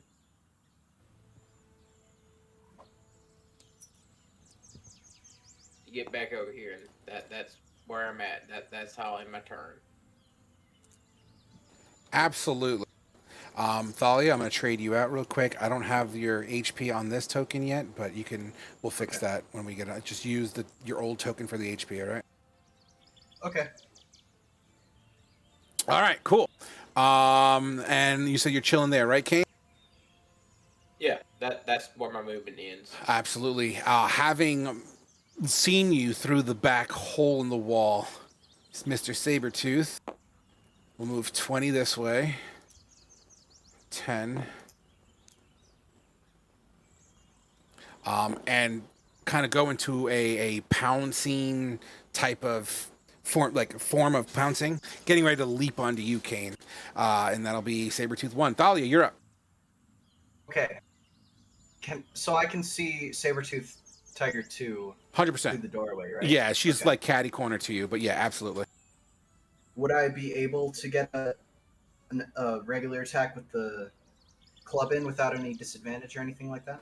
I would say this, and it's not going to really matter because you're still within the threat circle anyway, but like technically from where you are, the wall's kind of sort of in the way. I'd let you kind of move in, swing, and then move out if you want. I think it's going to look better if I do it. So I guess I'm going to cast Sacred Flame, targeting the Sacred Sabretooth. Absolutely. See if it does it right now or not. Oh yeah, it did do that. You sound so happy. Well, Dexterity yeah, saving throw. because last time I was in here, every time I clicked Sacred Flame, it would do Cure Wounds, Yeah. which kept pissing me off. But now it's doing it correctly, so now I'm happy. Fantastic. It didn't pass as your flame whips out. Does 7 radiant damage. What does that look like? I want to know. It's the it's like me throwing a silver javelin out of my hand. Absolutely slamming into the flesh of this creature, and it vanishes once it makes contact.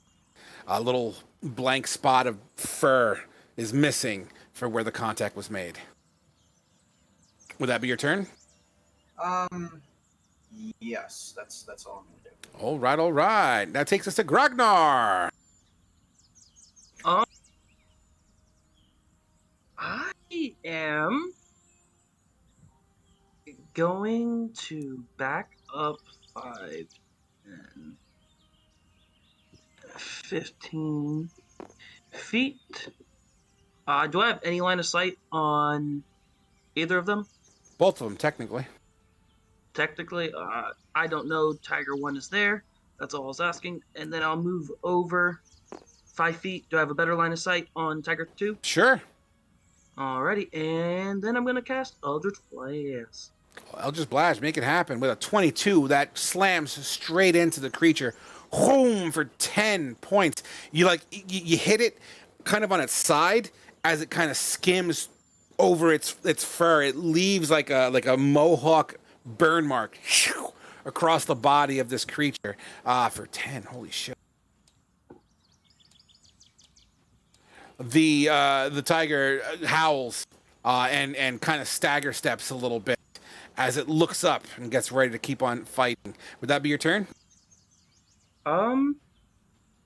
Yes. All right. That takes us to Myth. Yep. Seeing Kane run over and hearing the commotion, I'll kind of glance over. I guess. Do I see Tiger 1? Oh, yeah, 100%. Okay, I just want to make sure that and all that stuff, because like with all the commotion, I just want to make sure I saw him move there. Yeah, 100%.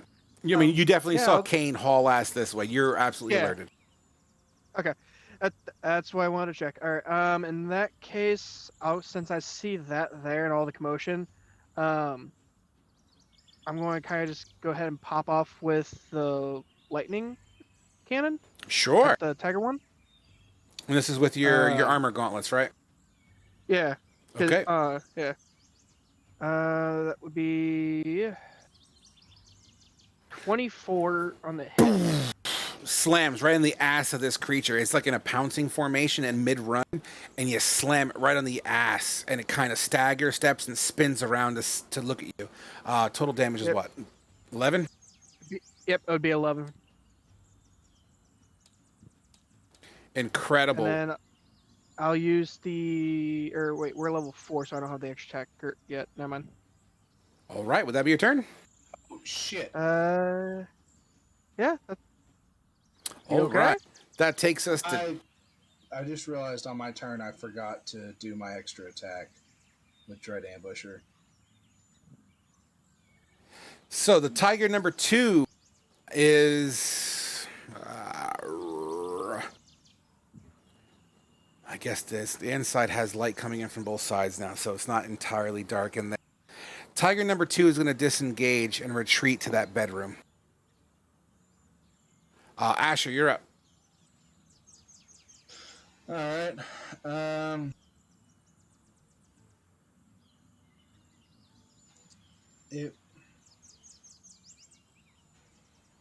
I don't see tiger number 1 right now. Technically, no, but you definitely heard a lightning bolt from that area. Then I don't know if I can, but I'm going to step right here if I can, if I'd be able to. Would I be able to see the tiger from around the corner? Yeah, I mean, the wall's sort of in the way, but you have eyes on it, sure. All right. I am going to use my last spell slot to cast Hunter's Mark on it. Okay. Fantastic. Go ahead and put the token on if you want.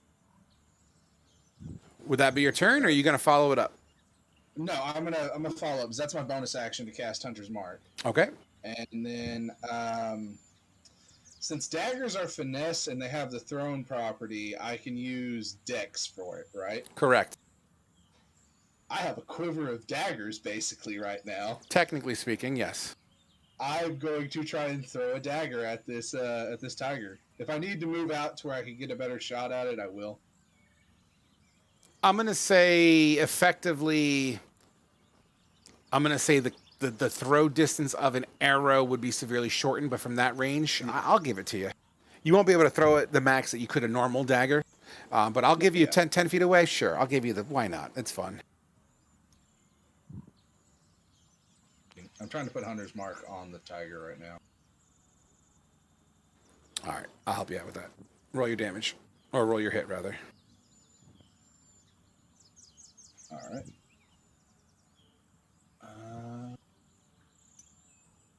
13.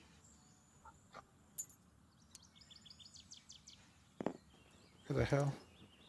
Alright. With a 13, it hits the paw of this creature as it kind of rears it back and pulls it back quickly, taking it in its mouth and yanks it out real quick. Is it no damage? No, take damage. Go ahead, roll damage. Okay.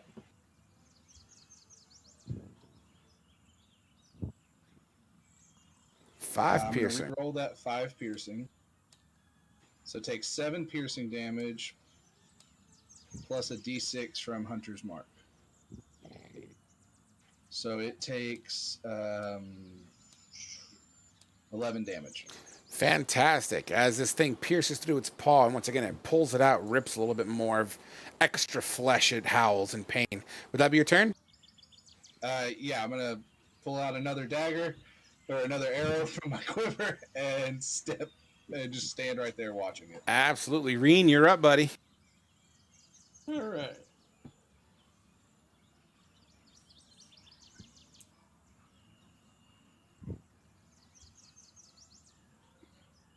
Go here, and I'm gonna stab the tiger. Sure. I don't have a dagger in my inventory though. So what's it said? Just 1, 4? roll. Are you going to use Dex or Strength? I would want to use strength. Strength. Just roll. Hit. Just do a Strength check. Because it would be the same numbers. Wow. With an 18, you plunge the broadhead arrow tip into the side of this creature. How would we do damage now? D4 plus your Strength modifier. So I have 7 strength, so 10. You have a +7 to your Strength? That doesn't sound right. Well, I don't know, I have 7 strength No, that on my character sheet. Wait, what? 1 second. I'm checking now. How do I check what the plus of it is? Is your strength a 7 or is your modifier a 7? I don't No. see a modifier. No, 'Cause you have a negative mod if you have a His 7. strength No. couldn't be a 7. Well, hold on. Pause. Slow down. Hold on. He's got a +5 to his Strength modifier. You did a Strength save, Reen. You didn't do a Strength check, but it would have hit either way. So it's still valid. But you see the 5 and the 20, where it says Strength, the big shield-looking things on the I left. see it, yeah. Yeah. If you were to click Strength, like this, that's a Strength check. This is a Strength saving throw. 2 different things. Regardless of which, you still hit, but you have a +5 modifier to your Strength because you have 20 Strength overall. All right, 8 damage. Absolutely. 1 second. Let me load that in.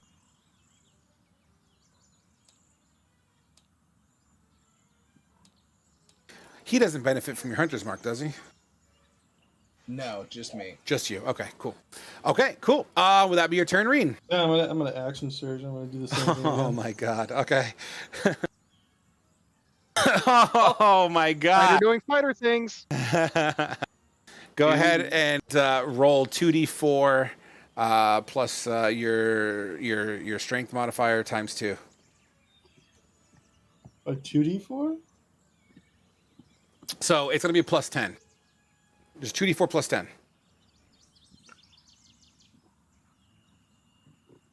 So 5. Okay. So you stab it once, you pull it out, and it kind of the arrow starts to kind of drip, and then you take this one other plunge into this. How do you kill it? I'm just gonna stab it in the eye, and I'm gonna look down at it, and like an action movie here, I'm gonna be like, "Your dinner."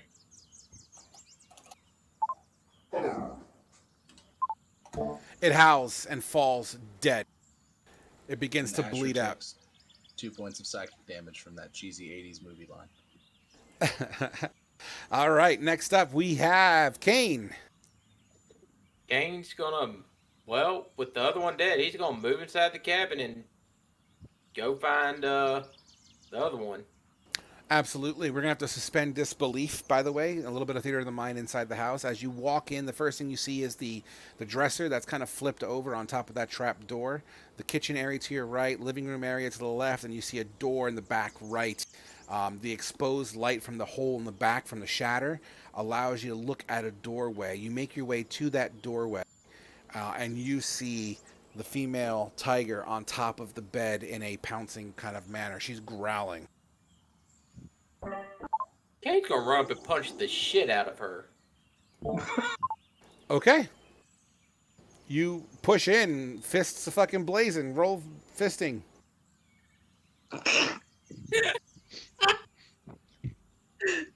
Crazy.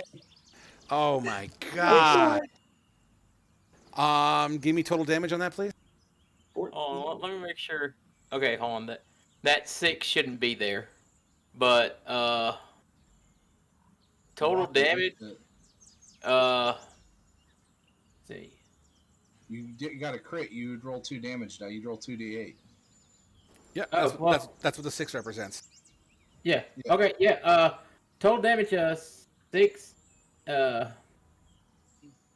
That's 14 damage. Yeah. Wow. As you fucking cock your fist back and let it fly, she kind of opens her mouth to roar at you at the exact same time. Your fist cracks through one of her fangs and knocks it out, and you wind up punching the inside, like the top portion of the inside of her mouth.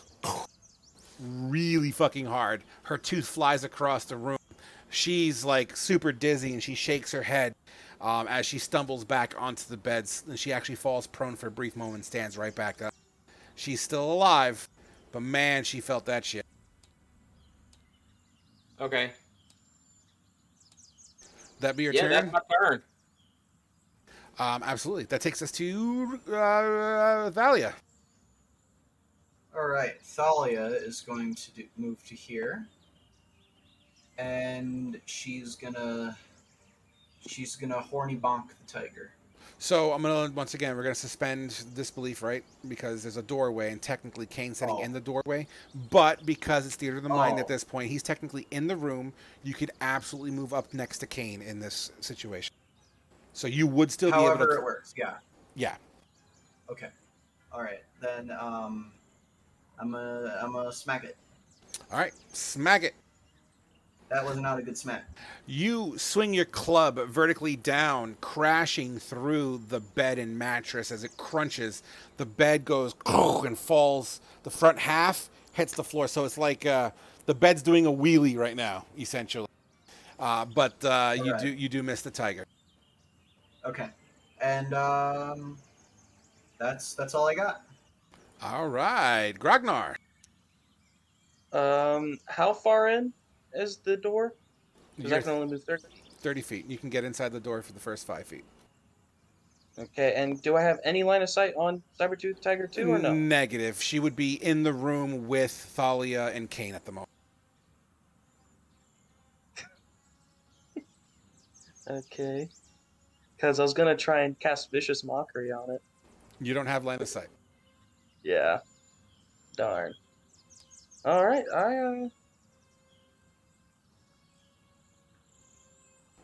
That'll be your turn? Yeah. Okay. That takes us to Myth. I'm going to see here. I got 30 feet of movement, so that's what 10, 15. As far as I can make it, and I can't see anything, so that would be it for me. Correct. You hear a crunch coming from inside the cabin, which takes us to Tiger number 2 as she, out of desperation, she's going to attempt to pounce on you, Kane. Okay. She wants to jump up and try to bite you on your neck with a 16 to hit. That hits. Her only one fang slides into your clavicle just behind it, shearing straight through. And she pushes you forward. She doesn't quite knock you down, but she's like in the process of like biting your neck. Asher, you're up. Oh, this bitch is mine. All right. I'm going to move back over to here. And then I can't get inside because there's a half orc in front of me. Well, you can move through friendlies. And I'm going to try and move inside to get to... Yep. So, yeah, the doorway's open, and you'll see Thalia and Kane kind of at the base of the bed. And, I mean, it's tight, but you can still squeeze into either the left or the right-hand side of the room. Okay, and as I go in, I'm going to yell out to everybody that there's a cub. And am I... so I can see the tiger now, right? Oh, yeah. It's currently, like, on its back legs and its front paws are on Kane's shoulders as you see this thing biting into Kane's neck. I'm going to use my bonus action to move Hunter's Mark onto her. Okay. And then I'm going to stab the shit out of her. Make it happen.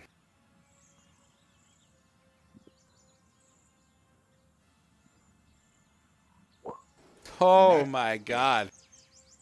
Go ahead and roll damage. Like it matters. How do you kill it? Seeing that she's got my friend by the neck, and Asher's got somewhat of a bond with him, he's just going to say, you're going to hear him say, "I'm sorry," as he just takes the arrow and just plunges it into the throat, like right into the carotid, all the way through, just blood spraying out. Absolutely. You hear a gurgle as it seems like you may have cut a windpipe in the process. And it kind of goes off bleeding. It walks to the side of the bed, puts its nose to where the mattress underneath is, and then lays down, and then just stops moving. Well, how much damage did the tiger do to me? Did I not give you that? I'm sorry. No. 11 piercing. I'm sorry. Okay. Asher is immediately going to start looking under the bed for the cub. You look, and there absolutely seems to be a very young cub. And it's young enough where it looks like its eyes aren't even open yet. I'm going to very gently pull it out and cradle it in my arms. I wonder how much money we can get to sell that. You pull it out, and it's warm to the touch. It's kind of, like I said, it's really, really young. Eyes aren't even open yet, so it could barely even walk itself. It's just kind of, just there. Just a ball of fur. Okay. I'm going to hold it gently to me, and then I'm going to tell my friends about the trapdoor that's under the wardrobe, as I'm going to start looking around for like a vial or something, or like jars. Sheep. Yeah, I'm about to milk a dead cat. At least we have That I knocked out of its mouth. You guys heard the meows, right? Just want to make sure. Yeah. Yes. All right, good. Yeah. Fantastic. Oh, yeah, I heard nothing. So, Like, there's multiple cats, or were you saying the cat that I'm holding was meowing? The one that you're holding is meowing. Okay. So you're looking for jars. I mean, the place is disheveled and it's all fucked up. But yeah, you could easily say you might find a wooden bowl or some sort of container that might suit what you're trying to do. Yeah, then once I find that, I'm going to go to the dead mom again, say, I'm sorry, and start trying to milk a cat. Because I'm assuming this thing is too young to eat, like, solid food yet. 100%. All right. So survival? Sure. No, that's sleight of hand. Imagine that. Little animal. Fuck! 7. You grab a teat. You gave me a pet tiger. What did you say? You should have made it a little older. You grab a saber-toothed tiger's teat, and you begin to pretend if it's a cow udder. It squirts here and it squirts there. You get a couple of decent squirts inside the bowl. Not a ton. You feel that you may have wasted more than gained, but you have a little bit to work with. Okay. And then, yeah, I don't know what the fuck everybody else is doing, but I imagine that's going to take me a minute. I'm going to sit there and keep working at it. Absolutely. You can take 20 and chill in the room as everyone sees this. Before Grognar goes out and starts pushing that thing, we have Thalia, we have Kane, we have Myth, who would probably be there at the moment now. What you guys see Asher fucking milking away. What's going on through your heads? Well, we saw him pick up the ball of fur, right? Oh yeah, it's clear as day. There's a cub. There's a baby cub, absolutely. Well, yeah, Kane having been from a farm, he kind of puts 2 and 2 together. So Kane's just gonna find the tooth he broke out of her mouth, pick it up off the floor. Absolutely. And did Asher tell us about the Yes. hatch? I said before, as I picked up the cub, I said I told y'all about the trap door that's under the wardrobe in the living room. Yep. Kane's gonna go investigate that trap door after he picks up the tooth. As you get there, Grognar is already in the process of trying to slide it out of the way. Grognar, strength check, please. Or athletics. Okay. You see Grognar struggling with this cane. You're more than welcome to roll with advantage for a help action. Wait, me roll with advantage? Yes, athletics. A 23 with both of you guys pushing. It starts to kind of sliding across the floor, revealing a full-on trap door. The trap door on the top, there seems to be indentations and dings on it. Open it up. Sure. You kneel down and you grab the metal ring and pull it up, and it kind of, and immediately you're met with a change in air pressure as like this aroma of decay kind of quaffs out of this, I guess, cellar, for lack of a better way of explaining it. But below the deck is dark. You see, as you look down, the ambient light that's coming through the trap door. You do see what looks to be a skeletal foot. You can't see where it goes, but like it goes up and into the darkness. Let's see. Can I find like some sort of flint and steel, something to make sparks with in this place? The place is disheveled. I'll tell you what. Let's rely on a investigation for that. Roll above a 13. Roll above a 14 because it's very specified. Oh yeah, sure. You over there next to the kitchen area. There seems to be a block of flint, which should be able to spark and give you flashes of light here and there. Great. Kane's gonna go grab some clothes and a big stick and kind of do a makeshift kind of torch type thing. Is there any kind of oil around that he can find? I'll tell you what. Roll another investigation. Give me a 13, 14. Unfortunately, you don't see any that would give any kind of a fuel source, but you do have more than enough to work with cloth and a stick. Well, Kane's going to just kind of strike, kind of try and do it up as a torch and just kind of get that on fire.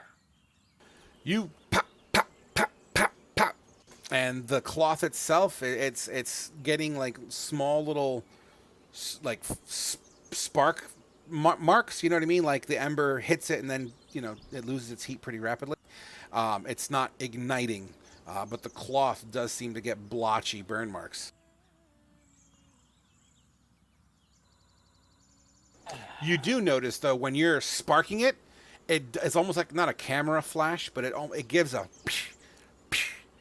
like flash shots. You know what I mean? Okay, well,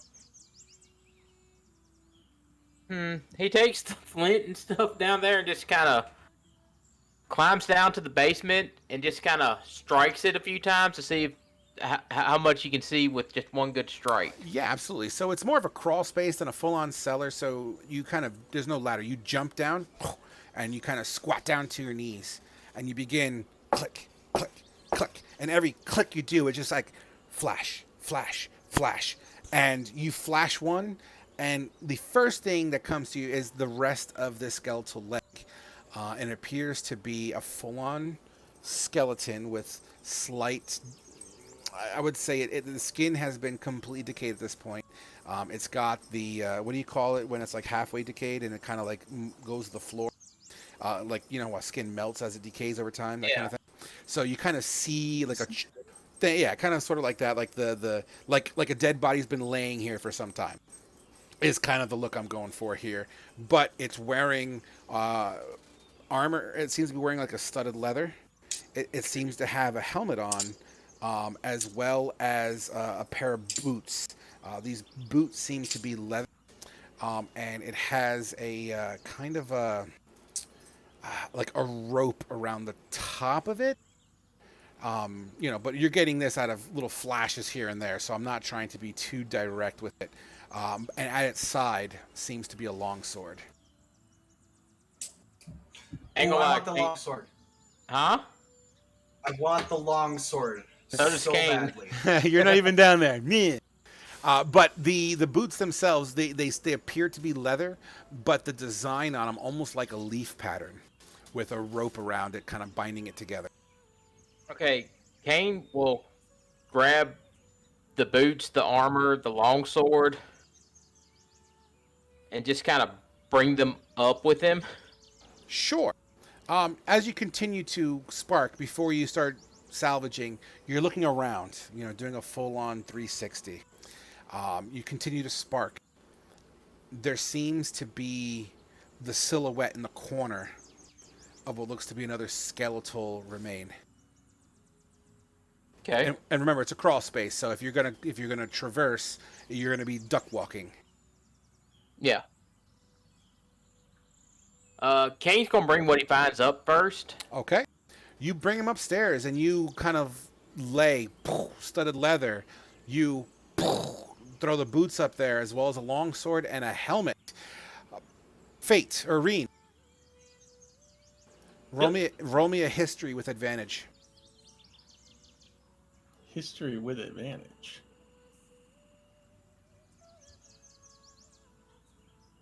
Actually, before I take that result, let me just double check something real quick.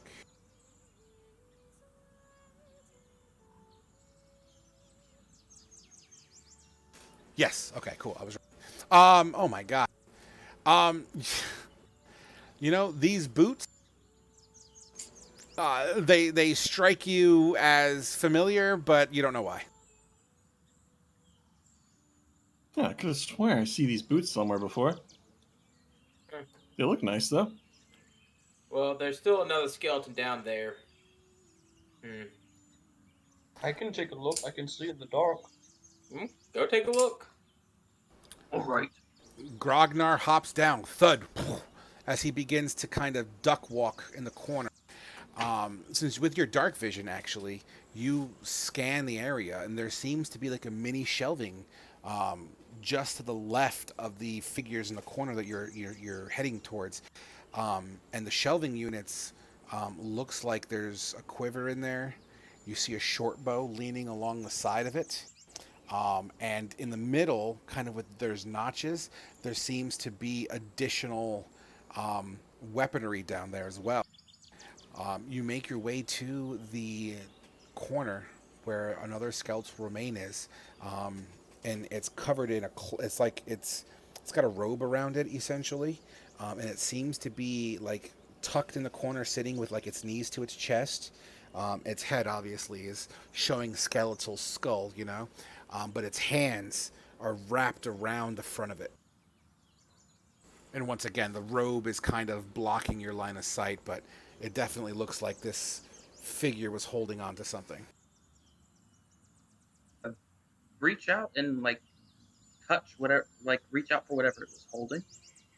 Sure, you pull back the robes, and what it looks like is another skeleton that fits in the coils of the arms of this creature, or whatever it was. Obviously, a woman's body. Okay, I instead go back to the weapon rack, is what I'm assuming it is, and start chucking up. Asher, you're a bowman, right? There's a short bow and arrows. I kind of chuck them out. I'm still in the other room milking a dead cat. Unless I'm done by now. Not yet. We have other people we can still work with here. So, Grogner, you come... Well, go ahead. What all equipment do I find? You find the following as you ignore the skeleton in the corner. In total, I'm just gonna. So someone wants to write this down in the loot table. I got it. All right, here we go. Everything that you empty out as you make multiple passes back and forth and start just chucking everything up. In total, this is including what Kane brought up. So this is not in addition. This is total including what Kane brought up. You find a short bow, 2 quivers, 40 total arrows, 2 wooden buckler shields, a chain shirt, chain mail, studded leather, 1 dagger, 2 short swords, 2 long swords, a hand axe, a copper circlet etched with draconic scales on it, a wooden engraved coffer with the patterns of floral vines on it,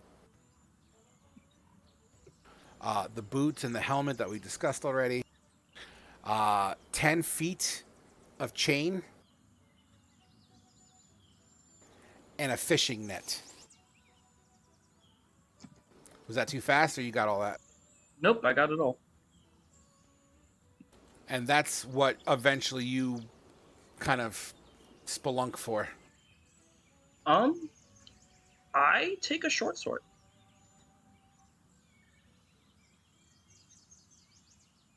Kane will take one of the long swords. I know Thalia called dibs on a long sword. Yeah. Yeah, and maybe the chainmail too, if nobody wants that.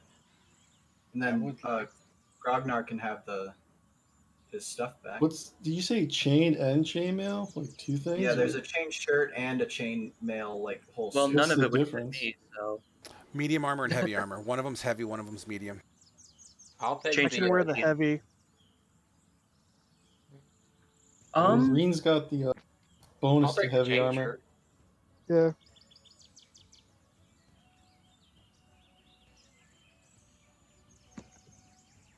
I would then go back and search the dead woman. Absolutely. You go back to the cloth that you peeled over. And like I said, in the arms of this skeletal remains is a smaller skeletal remains. I would actually take the skeletons out and say, should we give them a proper burial? Yes. Kane will Yes. emphatically agree with that. As you make your way back up with the skeletons, your dark vision looks at the ceiling. And around the rim of this trap door, it looks to be battered and it looks like indentations where something was hacked. It's almost as if they tried to get out. Damn. That's the worst way to go out. These poor people, they must have suffered greatly, starving to death. I hope in the afterlife it's better for them.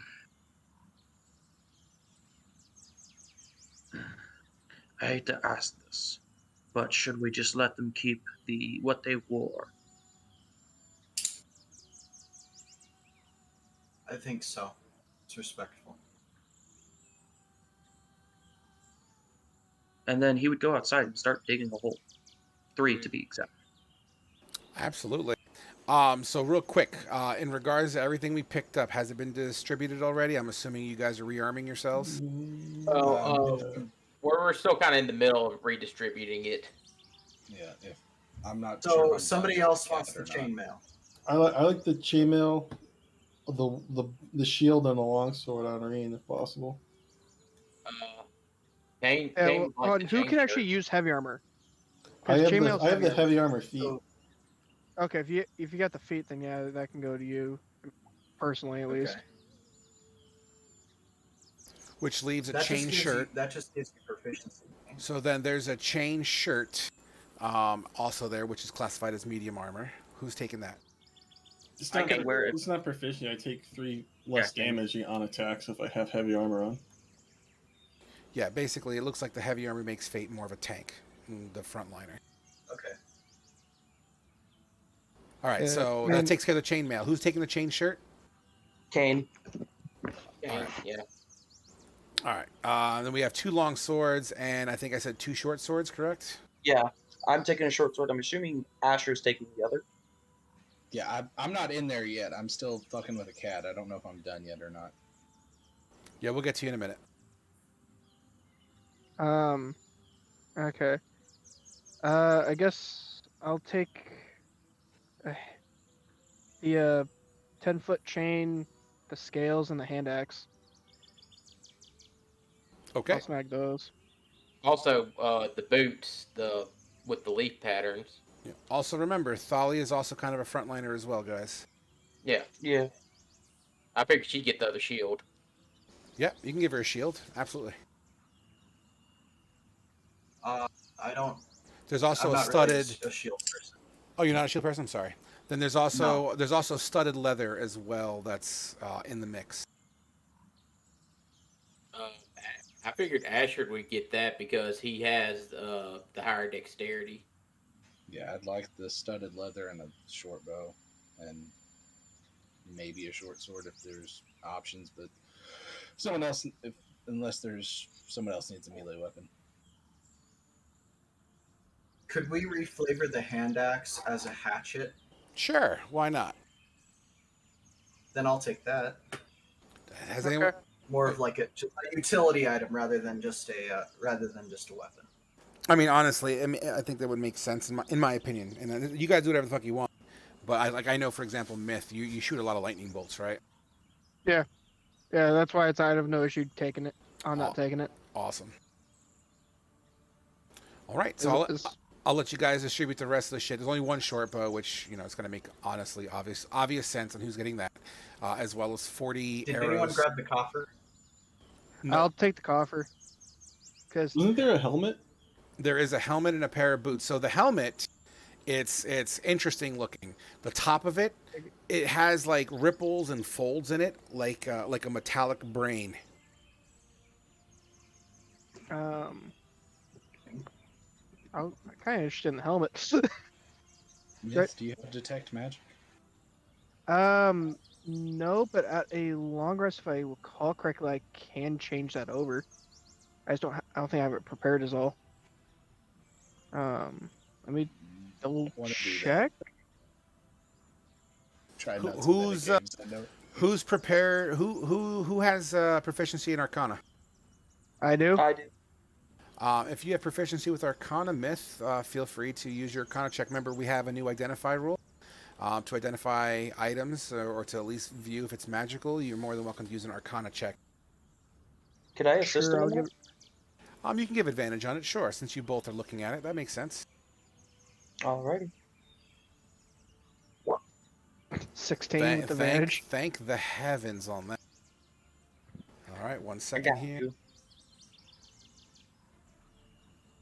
MVP, what? Being kind of a specialist with armors and whatnots, right? You're an armor specialization, right? Yeah. So you've come across a helmet of this design before. You remember crudely, and you don't know exactly how well it lasts or its long-term effects. However, you remember this as a helmet that you believe it's a helmet that gives you the ability to kind of read thoughts. Shit. Okay. Don't read Grognar's. Um. Okay. Yeah. I guess myth is. I'll kind of like this.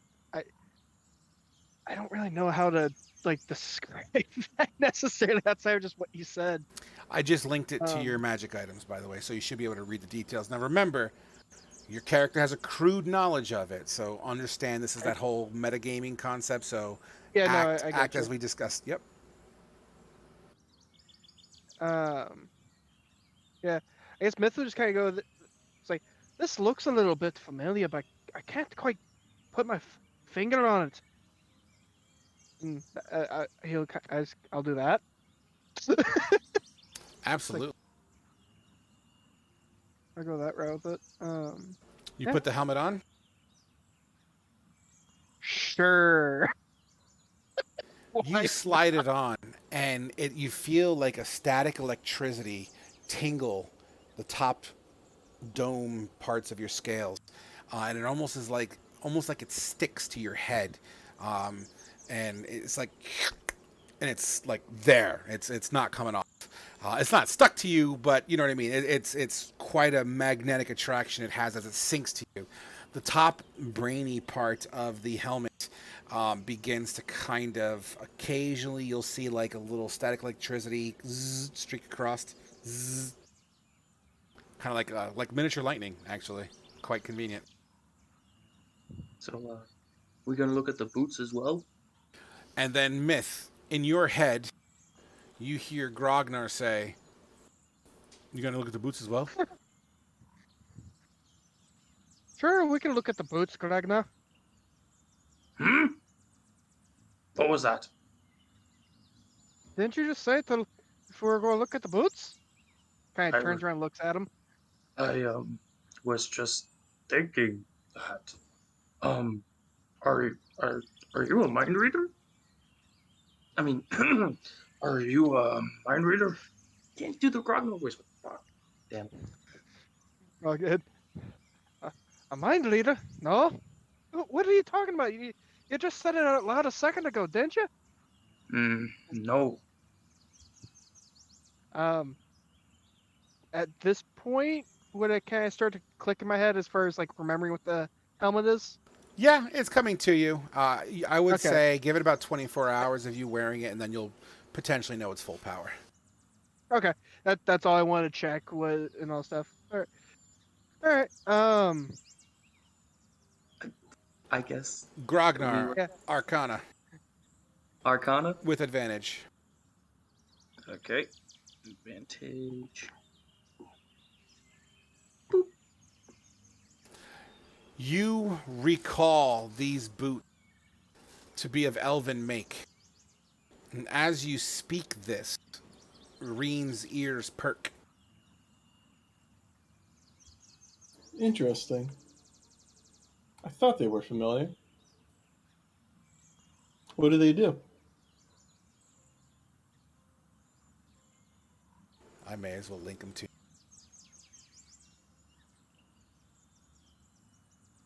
Out of character, I know exactly what these are, but like in character, Save. don't. Boots, I think I know what they are. Yeah, there's something I've wanted. Same. Anyways, 1, 2, Just need them in 3, a 4, cloak. 5. Who am I missing here? I'm not seeing whatever you said you linked. I haven't hit save yet because I'm looking for one more. so there's Reen, Mithrax, Thalia, Grognar, Asher, and Kane. Grognar isn't in our list of elevated threat. Oh yeah, you haven't shown them me yet. Oh, I didn't. I just didn't assign it. There you go, Fate. It is what I thought it was. Something real nice for your ranger friend.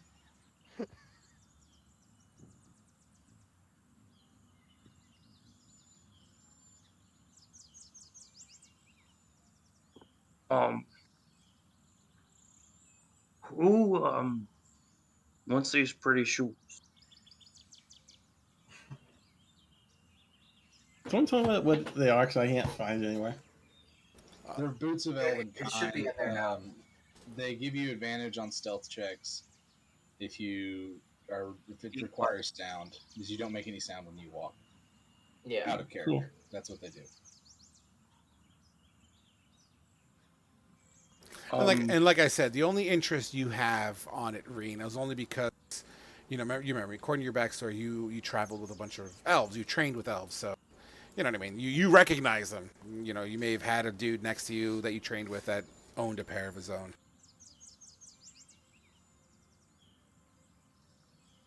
Sweet. Dude's one of our rogue ranger types. You hear your name being called from the other room, Asher. All right, I'm going to pick up what milk I've got and the kitten. Yep. And walk into the other room. Absolutely, you do so, and in the hands of Grognar holds a pair of leafy boots with some bindings. Like it looks like it's made of leather, but they're designed in like a leaf pattern. It's really strange. I would also be holding the short bow and the 2 quivers in the other hand. Okay. I like it. I really wish I could find a longbow at some point, but not gonna beg. I will. My hands are kind of full right now. I'm holding my new pet and a bowl of milk. I helped put him on. No! Do not do that. Do not do that. Kane.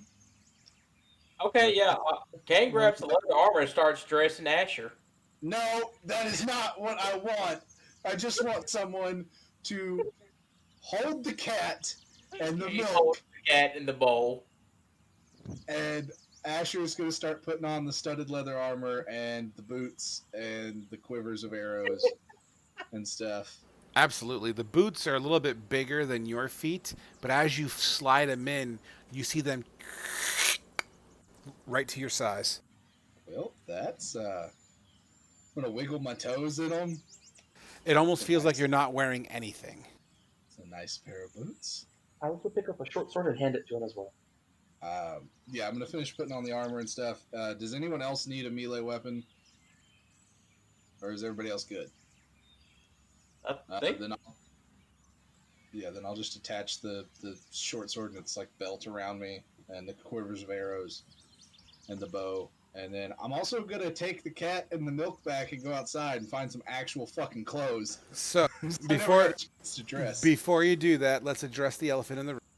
I need you to roll me a D12, please, +2. Okay. So 10.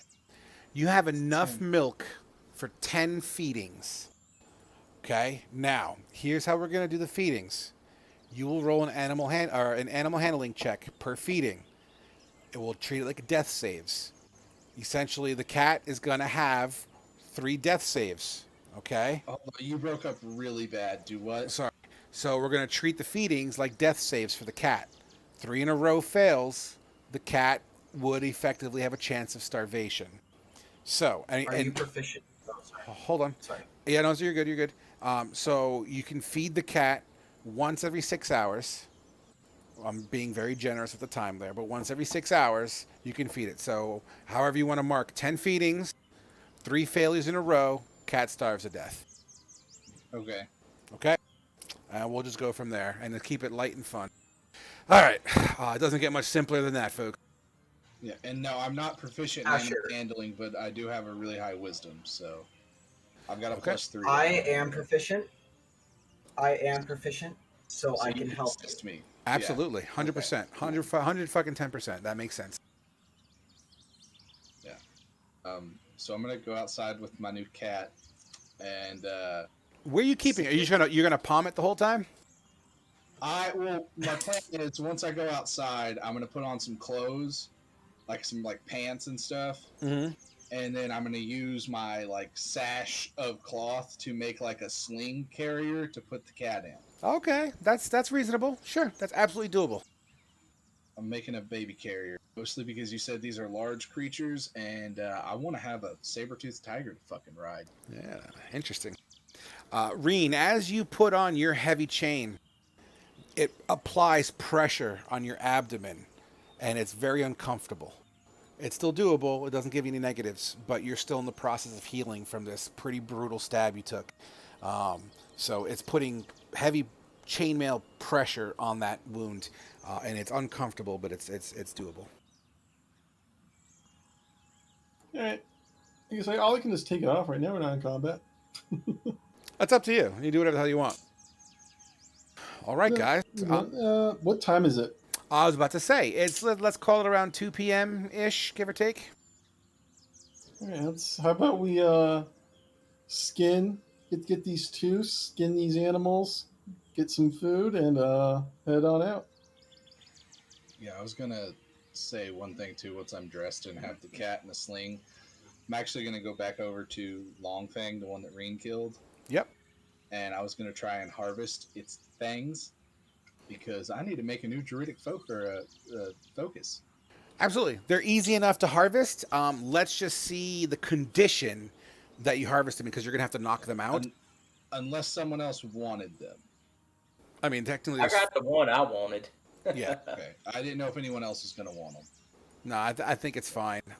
So I'll tell you what. You have two... Let's just do 2 rolls. Let's say you take both of them. Let's use a survival check to represent how well we're doing it. The lower the number, the worse the condition of the tooth, but still usable. Okay. 13. So Average. It snaps. It's a little jagged at the thicker part, but it's, fucking saber tooth. And the other one is a little even better. That one actually breaks off at the gum line. Yeah, I was going to try and use the arrow to cut it out if I can. That's fine. It's still attached to bone, so there's still a snap that needs to happen. But yeah, man, awesome. As far as the circlet, I believe the Dragonborn called it. I think Myth called that. Yeah, Okay. I picked that up earlier. Yep. Just making sure. Doesn't Myth have the helmet on? He does. It doesn't necessarily mean he's wearing the circlet. Okay. Yeah, no, if someone else wants to circle it, they can take it. I just initially picked it up, was all. Well, do we know is there anything special about it? Did we identify it at all? I just wanted it because it was pretty. I just picked up initially just because I didn't think anyone else would initially want it. Yeah, someone else can have it. There wasn't anything special about it to my knowledge. It's just a copper circlet with some dragon scales. Yeah, it's like a patterning. The etchings on it represent like dragon scales. Yeah, Grognar, you can have it if you want. Thank you. Looks pretty. I got. As I'm walking around, do I notice my boots? Hold on. Hold on. Myth, what are you saying, buddy? Yeah, I was gonna say it's outside of that. I got the 10-foot metal chain and then the fishing net, and then the coffer. That's it. Awesome, and the hand axe, right? No, we gave the hand axe to Thalia, right? Yeah. Or the hatchet, rather. Yep. Okay, cool. Now you were saying, Asher, I'm sorry. And sorry, I didn't mean to speak over you, Myth. It wasn't showing that you were talking on mine. You're good. I was saying, as I'm walking, am I noticing that my boots are doing anything? Yeah, they're covering your feet, and it doesn't seem to make any sound. Okay, cool. Absolutely. In fact, you get the idea that if you were to wear these in deep shadow and darkness, you probably wouldn't even make any sound, and you'd be like double invisible. I'm sorry, do what? Basically, being invisible doesn't necessarily render you soundless. But now you'll be invisible and moving without trace, essentially. It's not. Can you hear me okay, guys? Yeah, I can Yeah, hear I you. can. I hear We can hear you. Just occasionally you break up. Yeah, Gotcha. occasionally you get really staticky. It's probably because I got a million windows open. I don't have that problem with you, Frog, just Who so you took the know. coffer? I haven't been having that problem with him either. Myth took the Somebody took the coffer. Okay. Yeah, I have the coffer, the net, and then the 10-foot metal chain. What's in the coffer? Haven't cracked it open yet. Let's open it. Okay, yeah, no, it's sure. I'll go to open the coffer. It's got a small, simple, little thin metal latch on it. You flip it open. You open it up, and out pours out a whole bunch of folded papers or parchments. A bunch of them, like it was filled to the brim. Oh, Ah, shit! As I assume the papers kind of pop out and fall a little bit. Go to pick up what fell. yeah. And start reading them. Yeah, they're written in common. Fair enough.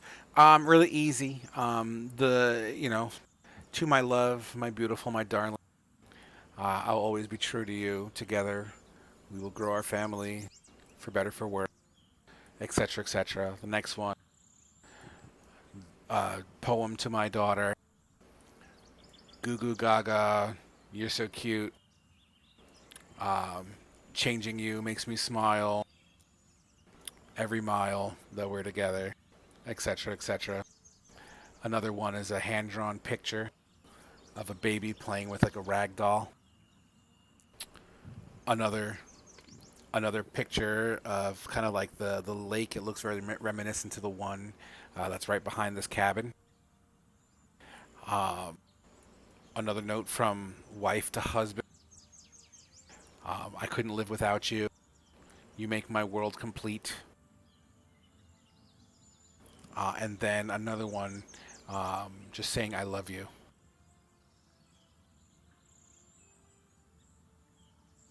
I think we should possibly bury this with the couple.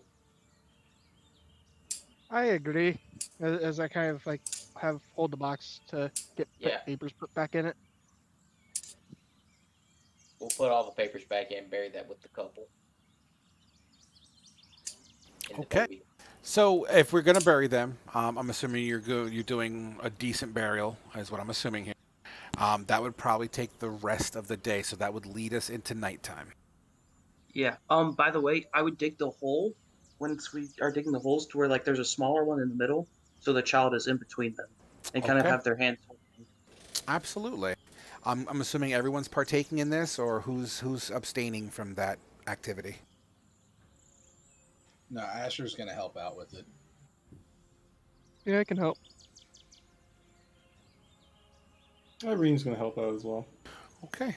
So we will fast forward a little bit towards the end of day. As the holes are completed and dug, the sky's dimming, and almost as if it was a send-off by the gods, the sky turns into the cliche beautiful sunset, which tends to happen a lot in Tal Rune. For those who know my other tables. So the sun is beginning to set as the sky is half red, half blue. The mountains to the east, which only can be seen, like the very tippity tops of them, can be seen over the treetops here. The birds begin to chirp and kind of fade off into the woods as the sun begins to set, and the chirping of crickets can now be heard. There's enough light to be able to see each other as you all stand around these graves. Grognar would start saying a prayer in Orcish. Anybody here speak Orcish? Nope, I speak Goblin.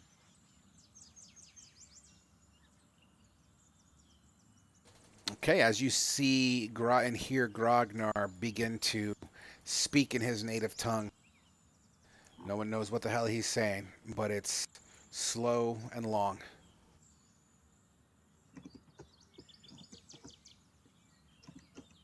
Thali, where are you doing? Where are you in all of this?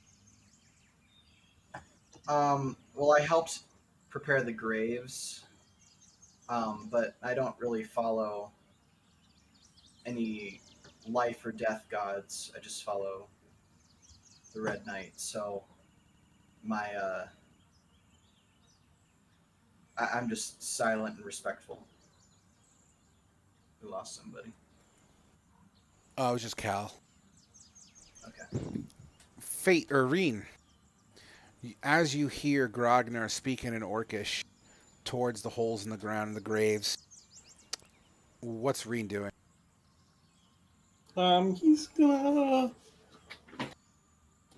he's gonna try and get some camp rays. He's gonna walk around and collect some wood for a fire. Absolutely, as you trail off, and we'll come back to you in a minute. Let's just say you're over here somewhere. Which takes us to Kane, as Reen begins to walk away to do what, Reen things do. Grognar spatting off in Orcish. What's Kane doing? Kane's just kind of saying a silent prayer over the graves. And what about you, Myth? I guess Myth's just standing there kind of somewhat awkwardly, but to pay respects to them, I guess. Absolutely. Like he just helped dig the grave, but like not really sure what to do now after everything's buried, and some people are walking away, and there's an half orc talking Orcish. I'm actually I'm gonna flavor something just for sake of table and fun. Okay. As you see, because Kane's kind of to your right shoulder, and as you see him kind of looking like he's talking to himself a little bit in his head, you begin to hear what Kane is saying. What is Kane saying? Asshole. Asshole. This is revenge for all the times every single one of these tables have put you on the spot. And I'm just having to be the one to catch it. Give me a second. Hold on. Sure, go ahead. You got some minutes. For you, Frog, real quick. What's up? If he could read my mind, would he understand what I'm saying? Your thoughts. Orcish? No. No, because your thoughts would technically be in Orcish as well. Okay. I didn't know if you wanted to work it like telepathy to where like you understand what they're saying, but not exactly their words. No, you hear thoughts. It's not a translator. Got it. All right, Kane, we're waiting. Let's see. What have we Otherwise, this burial might be a lot different.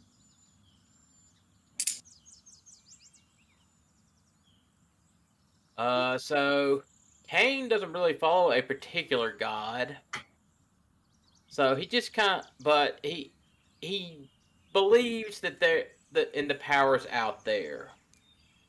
So he's just gonna say a generic prayer to whichever god just is willing to listen. Okay, what are the exact words?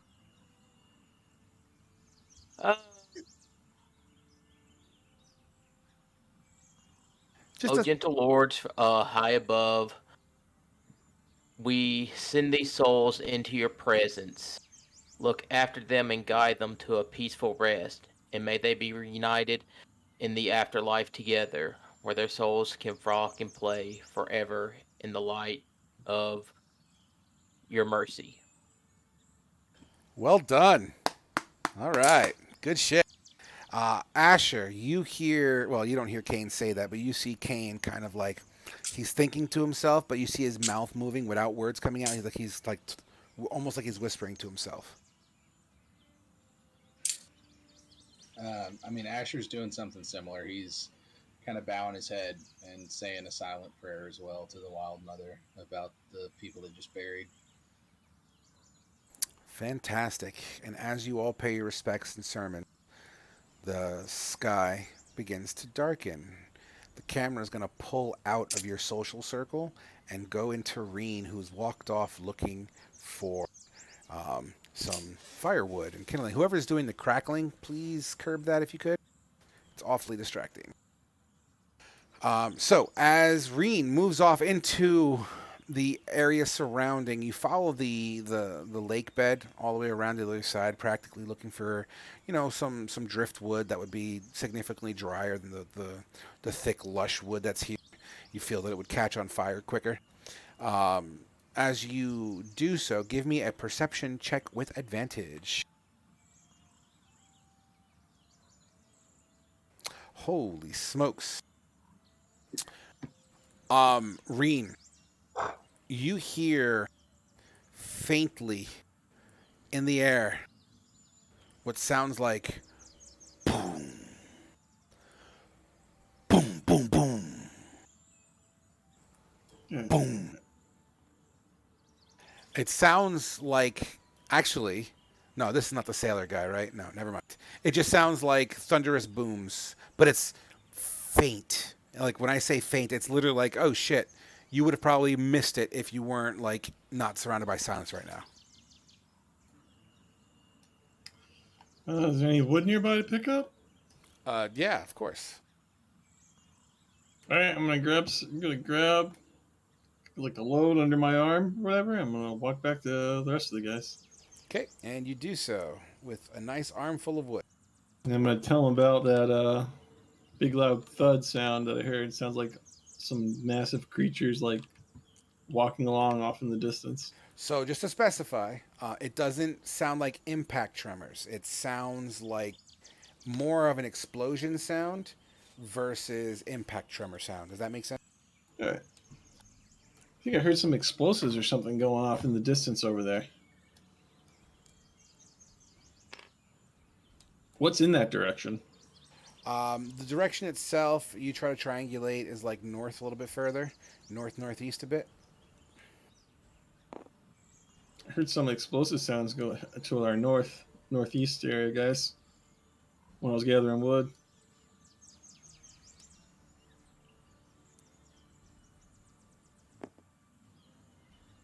This also happens to be the direction we're traveling in, so just be ready for it.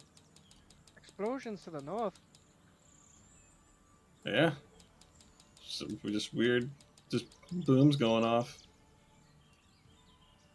Well, anyway, here's the wood. So, how's the skinning going?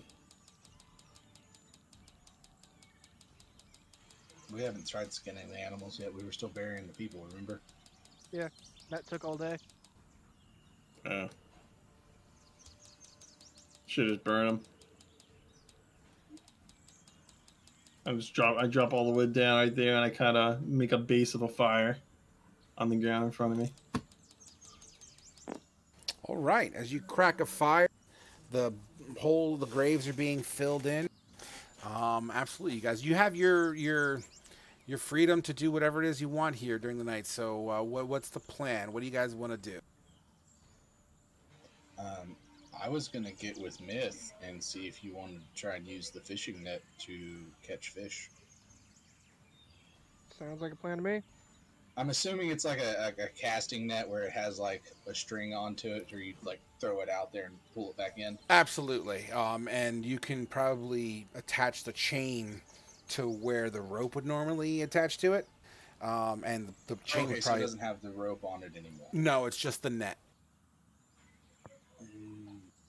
Maybe we set it up as a trap and have the tigers tonight. Yeah. Yeah. Make it easier to catch fish. This. Yeah, sounds good to me. And that's fine. Like I said, we're not we are not under any kind of duress, so you're more than welcome to take as much time it needs to get that set up and try to pull in some fish if that's the full on plan tonight. What are we doing with the saber-tooth carcasses now? We're gonna skin them, and Kane's gonna turn their hides into cloaks.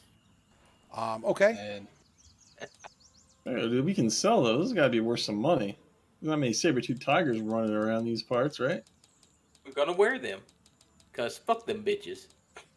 If we're turning into wearable clothing, it's going to take a day or two for skinning, drying, and all that. it's gonna take weeks, not days. Yeah. No, yeah, Ash, I'm just saying. background with pelts. It's gonna. We take can a sell, while. get more bows, arrows, heavier clothing for winter. We need a lot of Yeah, stuff. we'd be guys. better off just skinning them, taking the fur as it sits if we're going to take it, and then just literally marching and hoping the fur doesn't turn bad. Question: with my background, would I know how much saber-tooth tiger fur, like pelts, would be? Yeah, sure. At least a Yes. general ballpark. Yeah, since I come from like a hunting and logging Yeah, background. No, I'm on board. I'm picking up what you're throwing down. Let me do my Google searches, and you can continue to RP while I do that. Okay. Well, while y'all are skinning up the saber-toothed tigers, I'm assuming enough time has passed that we're going to need to feed the cub, and I'm going to ask if anyone wants to help me try and feed it. Well, I would, but I'm getting tired. Nudge, nudge. I unfortunately help. cannot help you. Yeah. Thalia, do you want to try and help me? If you would like, I can take over the feeding for you, or I would like to be involved, but we could definitely work together. okay, then I will help. But, by the way, Frog, is this cub male or female? You want to lift up its tail? Yeah, I'm gonna check.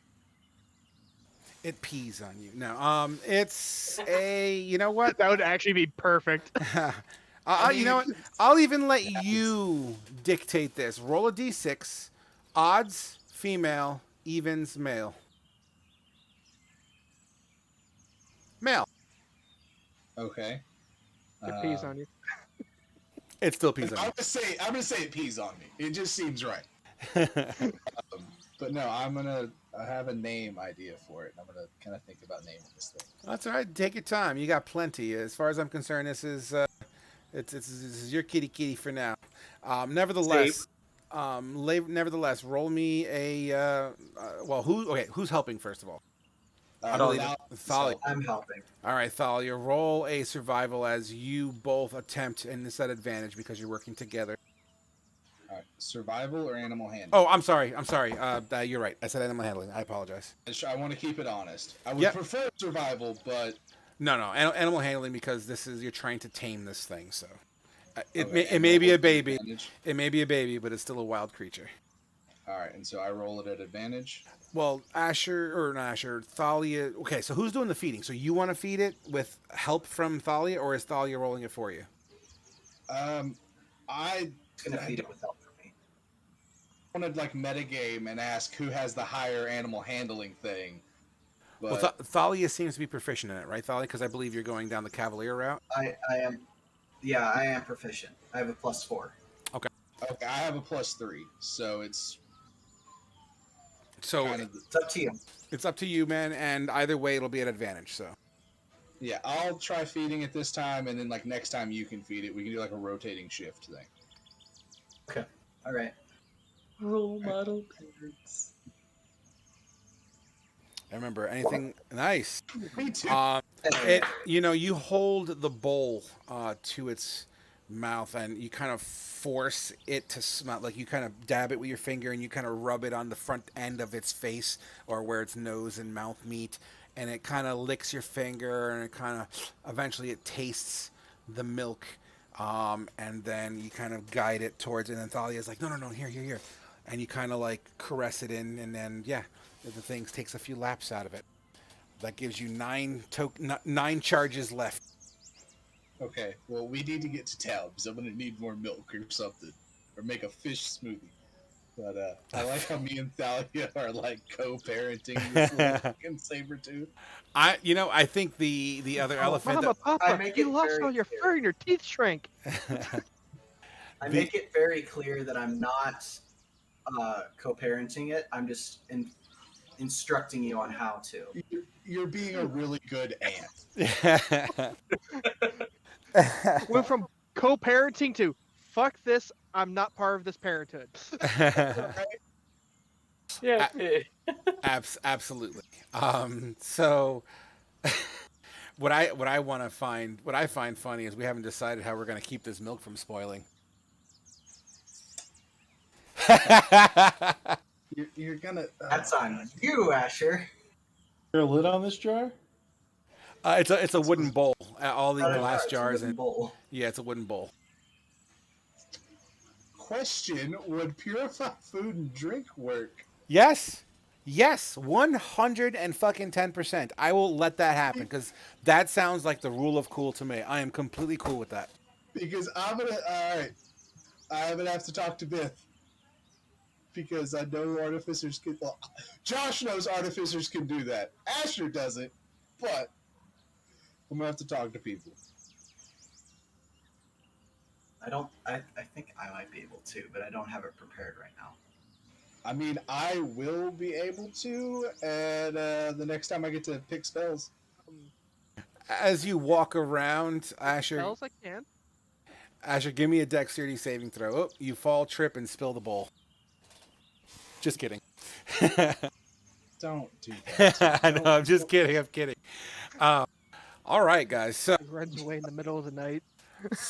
I don't want to just overlook it. So Reen had come back as he's starting the fire. He's mentioned his explosions happening from the north. We know that it's like a mining city, isn't it?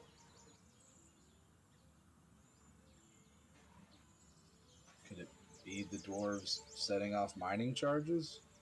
It could be anything at this point, but it's our only place we can go to, so just Yeah, I mean, hope for the best, expect the worst. If And we I see can't that say they're that you see him engaged- reach for his left wrist and absently finds nothing there that he was looking for and just kind of snaps and yeah.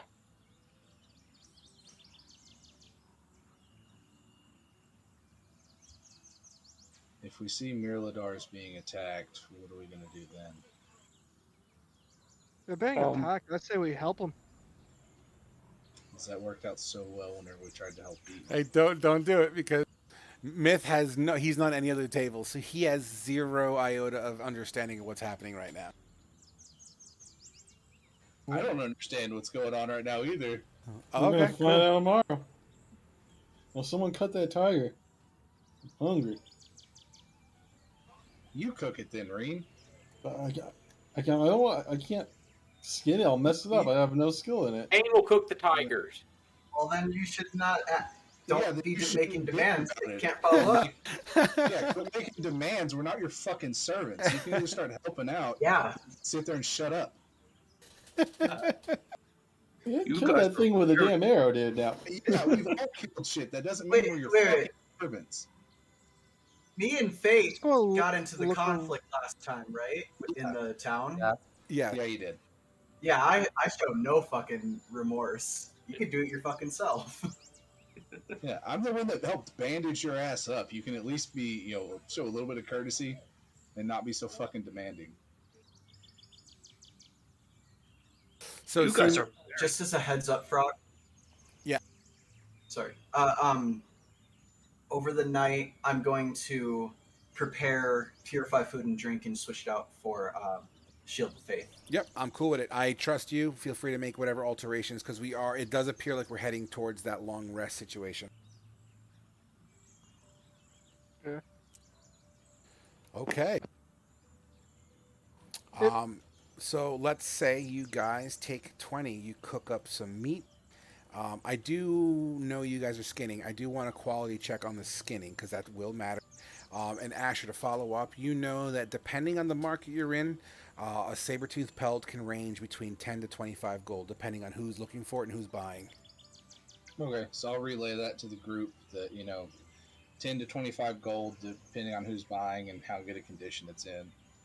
We can get something We're from broke, it. right? Oh yeah, we're fucking broke. Well, the hag has all of our money, so we can make some money off of it, and I'll go help Kane skin and cook the tigers.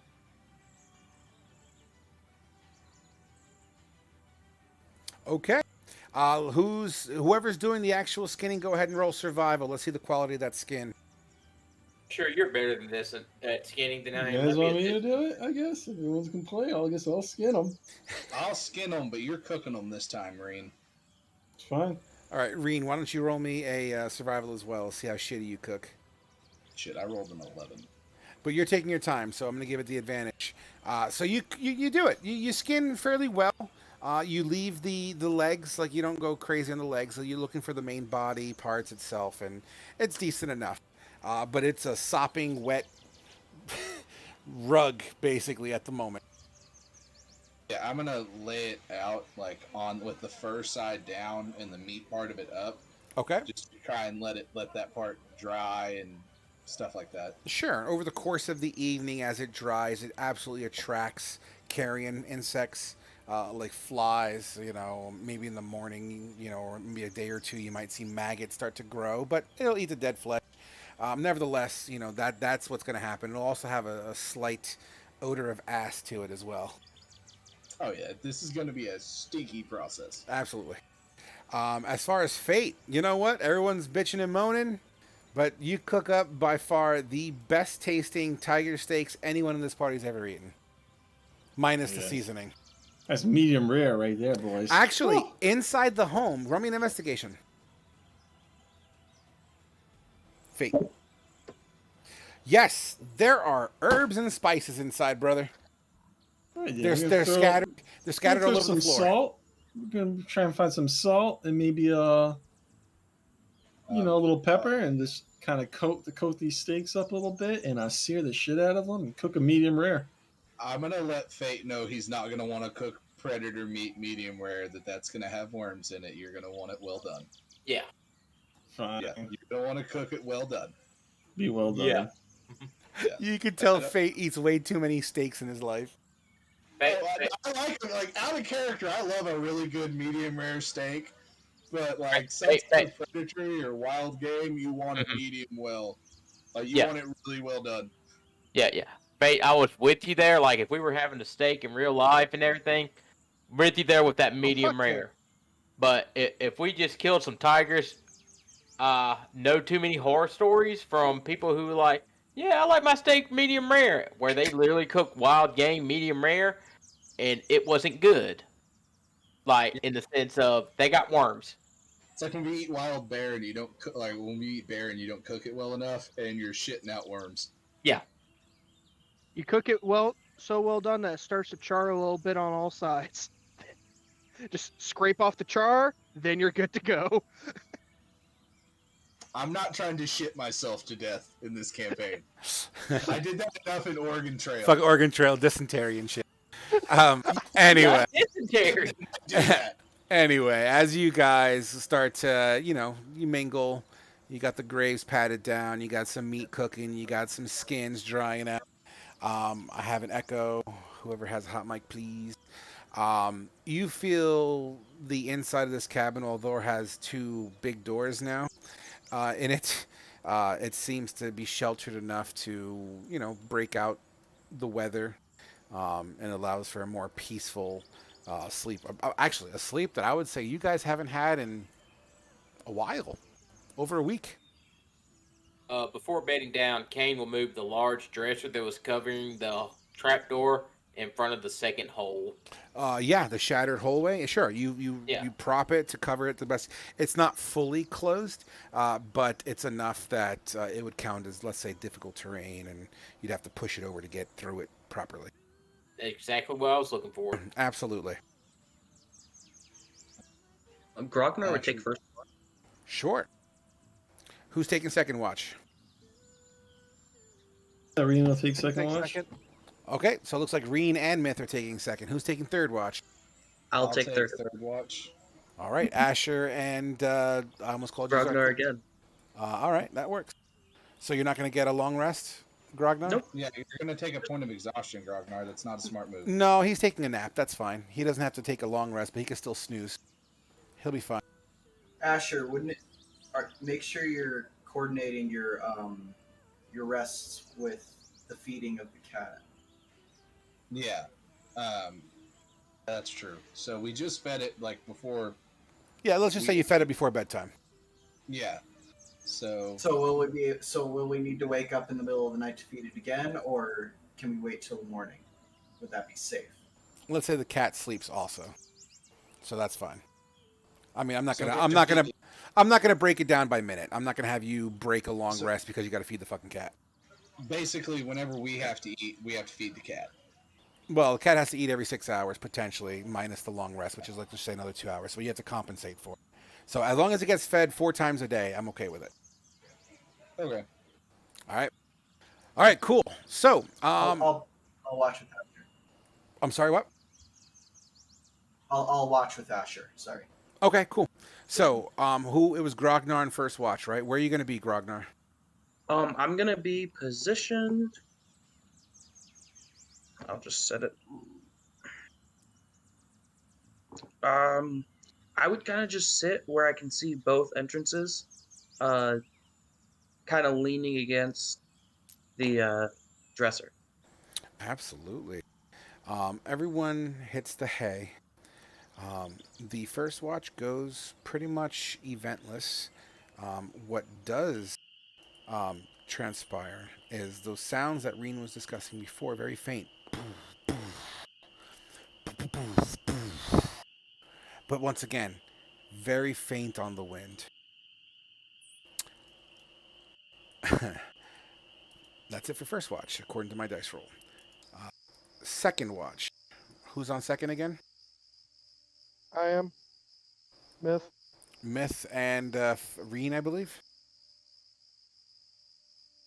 As you two take your patrols and second watches, the sky crested in full moon, which seems to be an also common occurrence here in Tal Rune. It shines enough light in this pitch black area of the forest, enough to see your own shadow in blue moonlight. The two of you, where are you stationed right now, Reen and Myth? I guess I'll stand in like kind of the front doorway, kind of like on the steps going up. Just kind of stand on the steps that were there.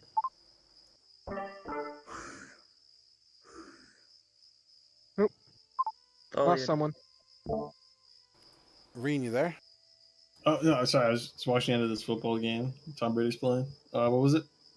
Where are you going to be stationed for your second watch? Kind of roll around the cabin area. Okay. Just kind of waddle around. Reen, give me another perception check with advantage, please, as you are taking your time and walking around. 10. A 10 works for me. So, the sounds of explosions, once again, is still prevalent. It's been happening now for a couple of hours straight, from what you can tell. And they don't have any true pattern, right? It just seems to just happen. Poof, poof, poof, poof, poof.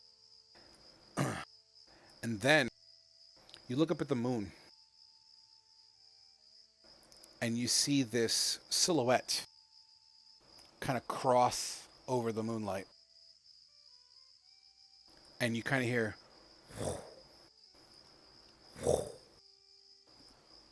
as it gets closer. It dives down into the valley, not directly over you, but as it kind of gets out of the direct, moonlight for you, its body begins to kind of glow. And it looks a little like this. Where are you?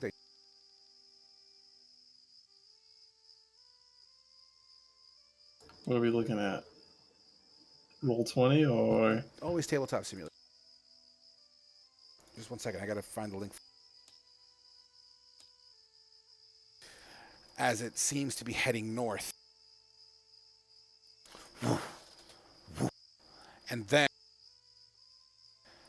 faintly in the distance, echoing through the air.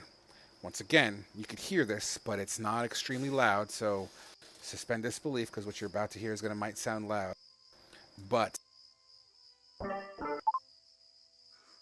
remove yourself from my mountain.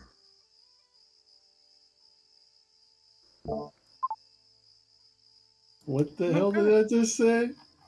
Remove yourself from my mountain. It said filth. Oh, Remove your filth. filth from my mountain. But And super faint. you hear that, and as it passes across the treetops, a couple 100 feet up in the air, but it flies north, and you hear that those words echo. You hear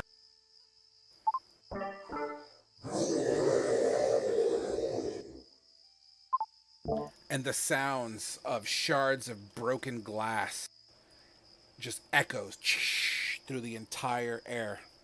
You don't see it. You don't feel it.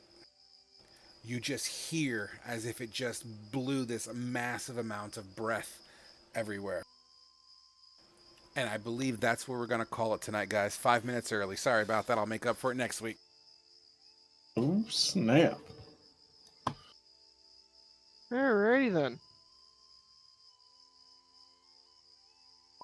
Bro, oh, it's Oh, Tommy. yeah, where he dropped. I just dipped the fuck out of here. Just boom, bob it. Hey, guys, we got some stuff. We didn't suck today. We got our shit back. We got some of our shit back. Yeah, you get some more stuff back. We got shit. We didn't necessarily get our shit back. Look, technicalities. Look, Alright. we've got weapons and armor and stuff now, and Asher has a pet cat. I felt today was pretty successful, to be honest. I felt today's game was pretty cool. Decent amount of RP. I like the stress of you I did not expect talking to animals, man. That was Yeah. clutch. I did not expect that. I have We knew that when you said, you motherfucker under your breath. He knew that. Yep, it's great because now I have a pet saber-toothed tiger that I'm gonna name Jaeger, and yeah. Awesome, guys. So, let me kill the stream real quick and we can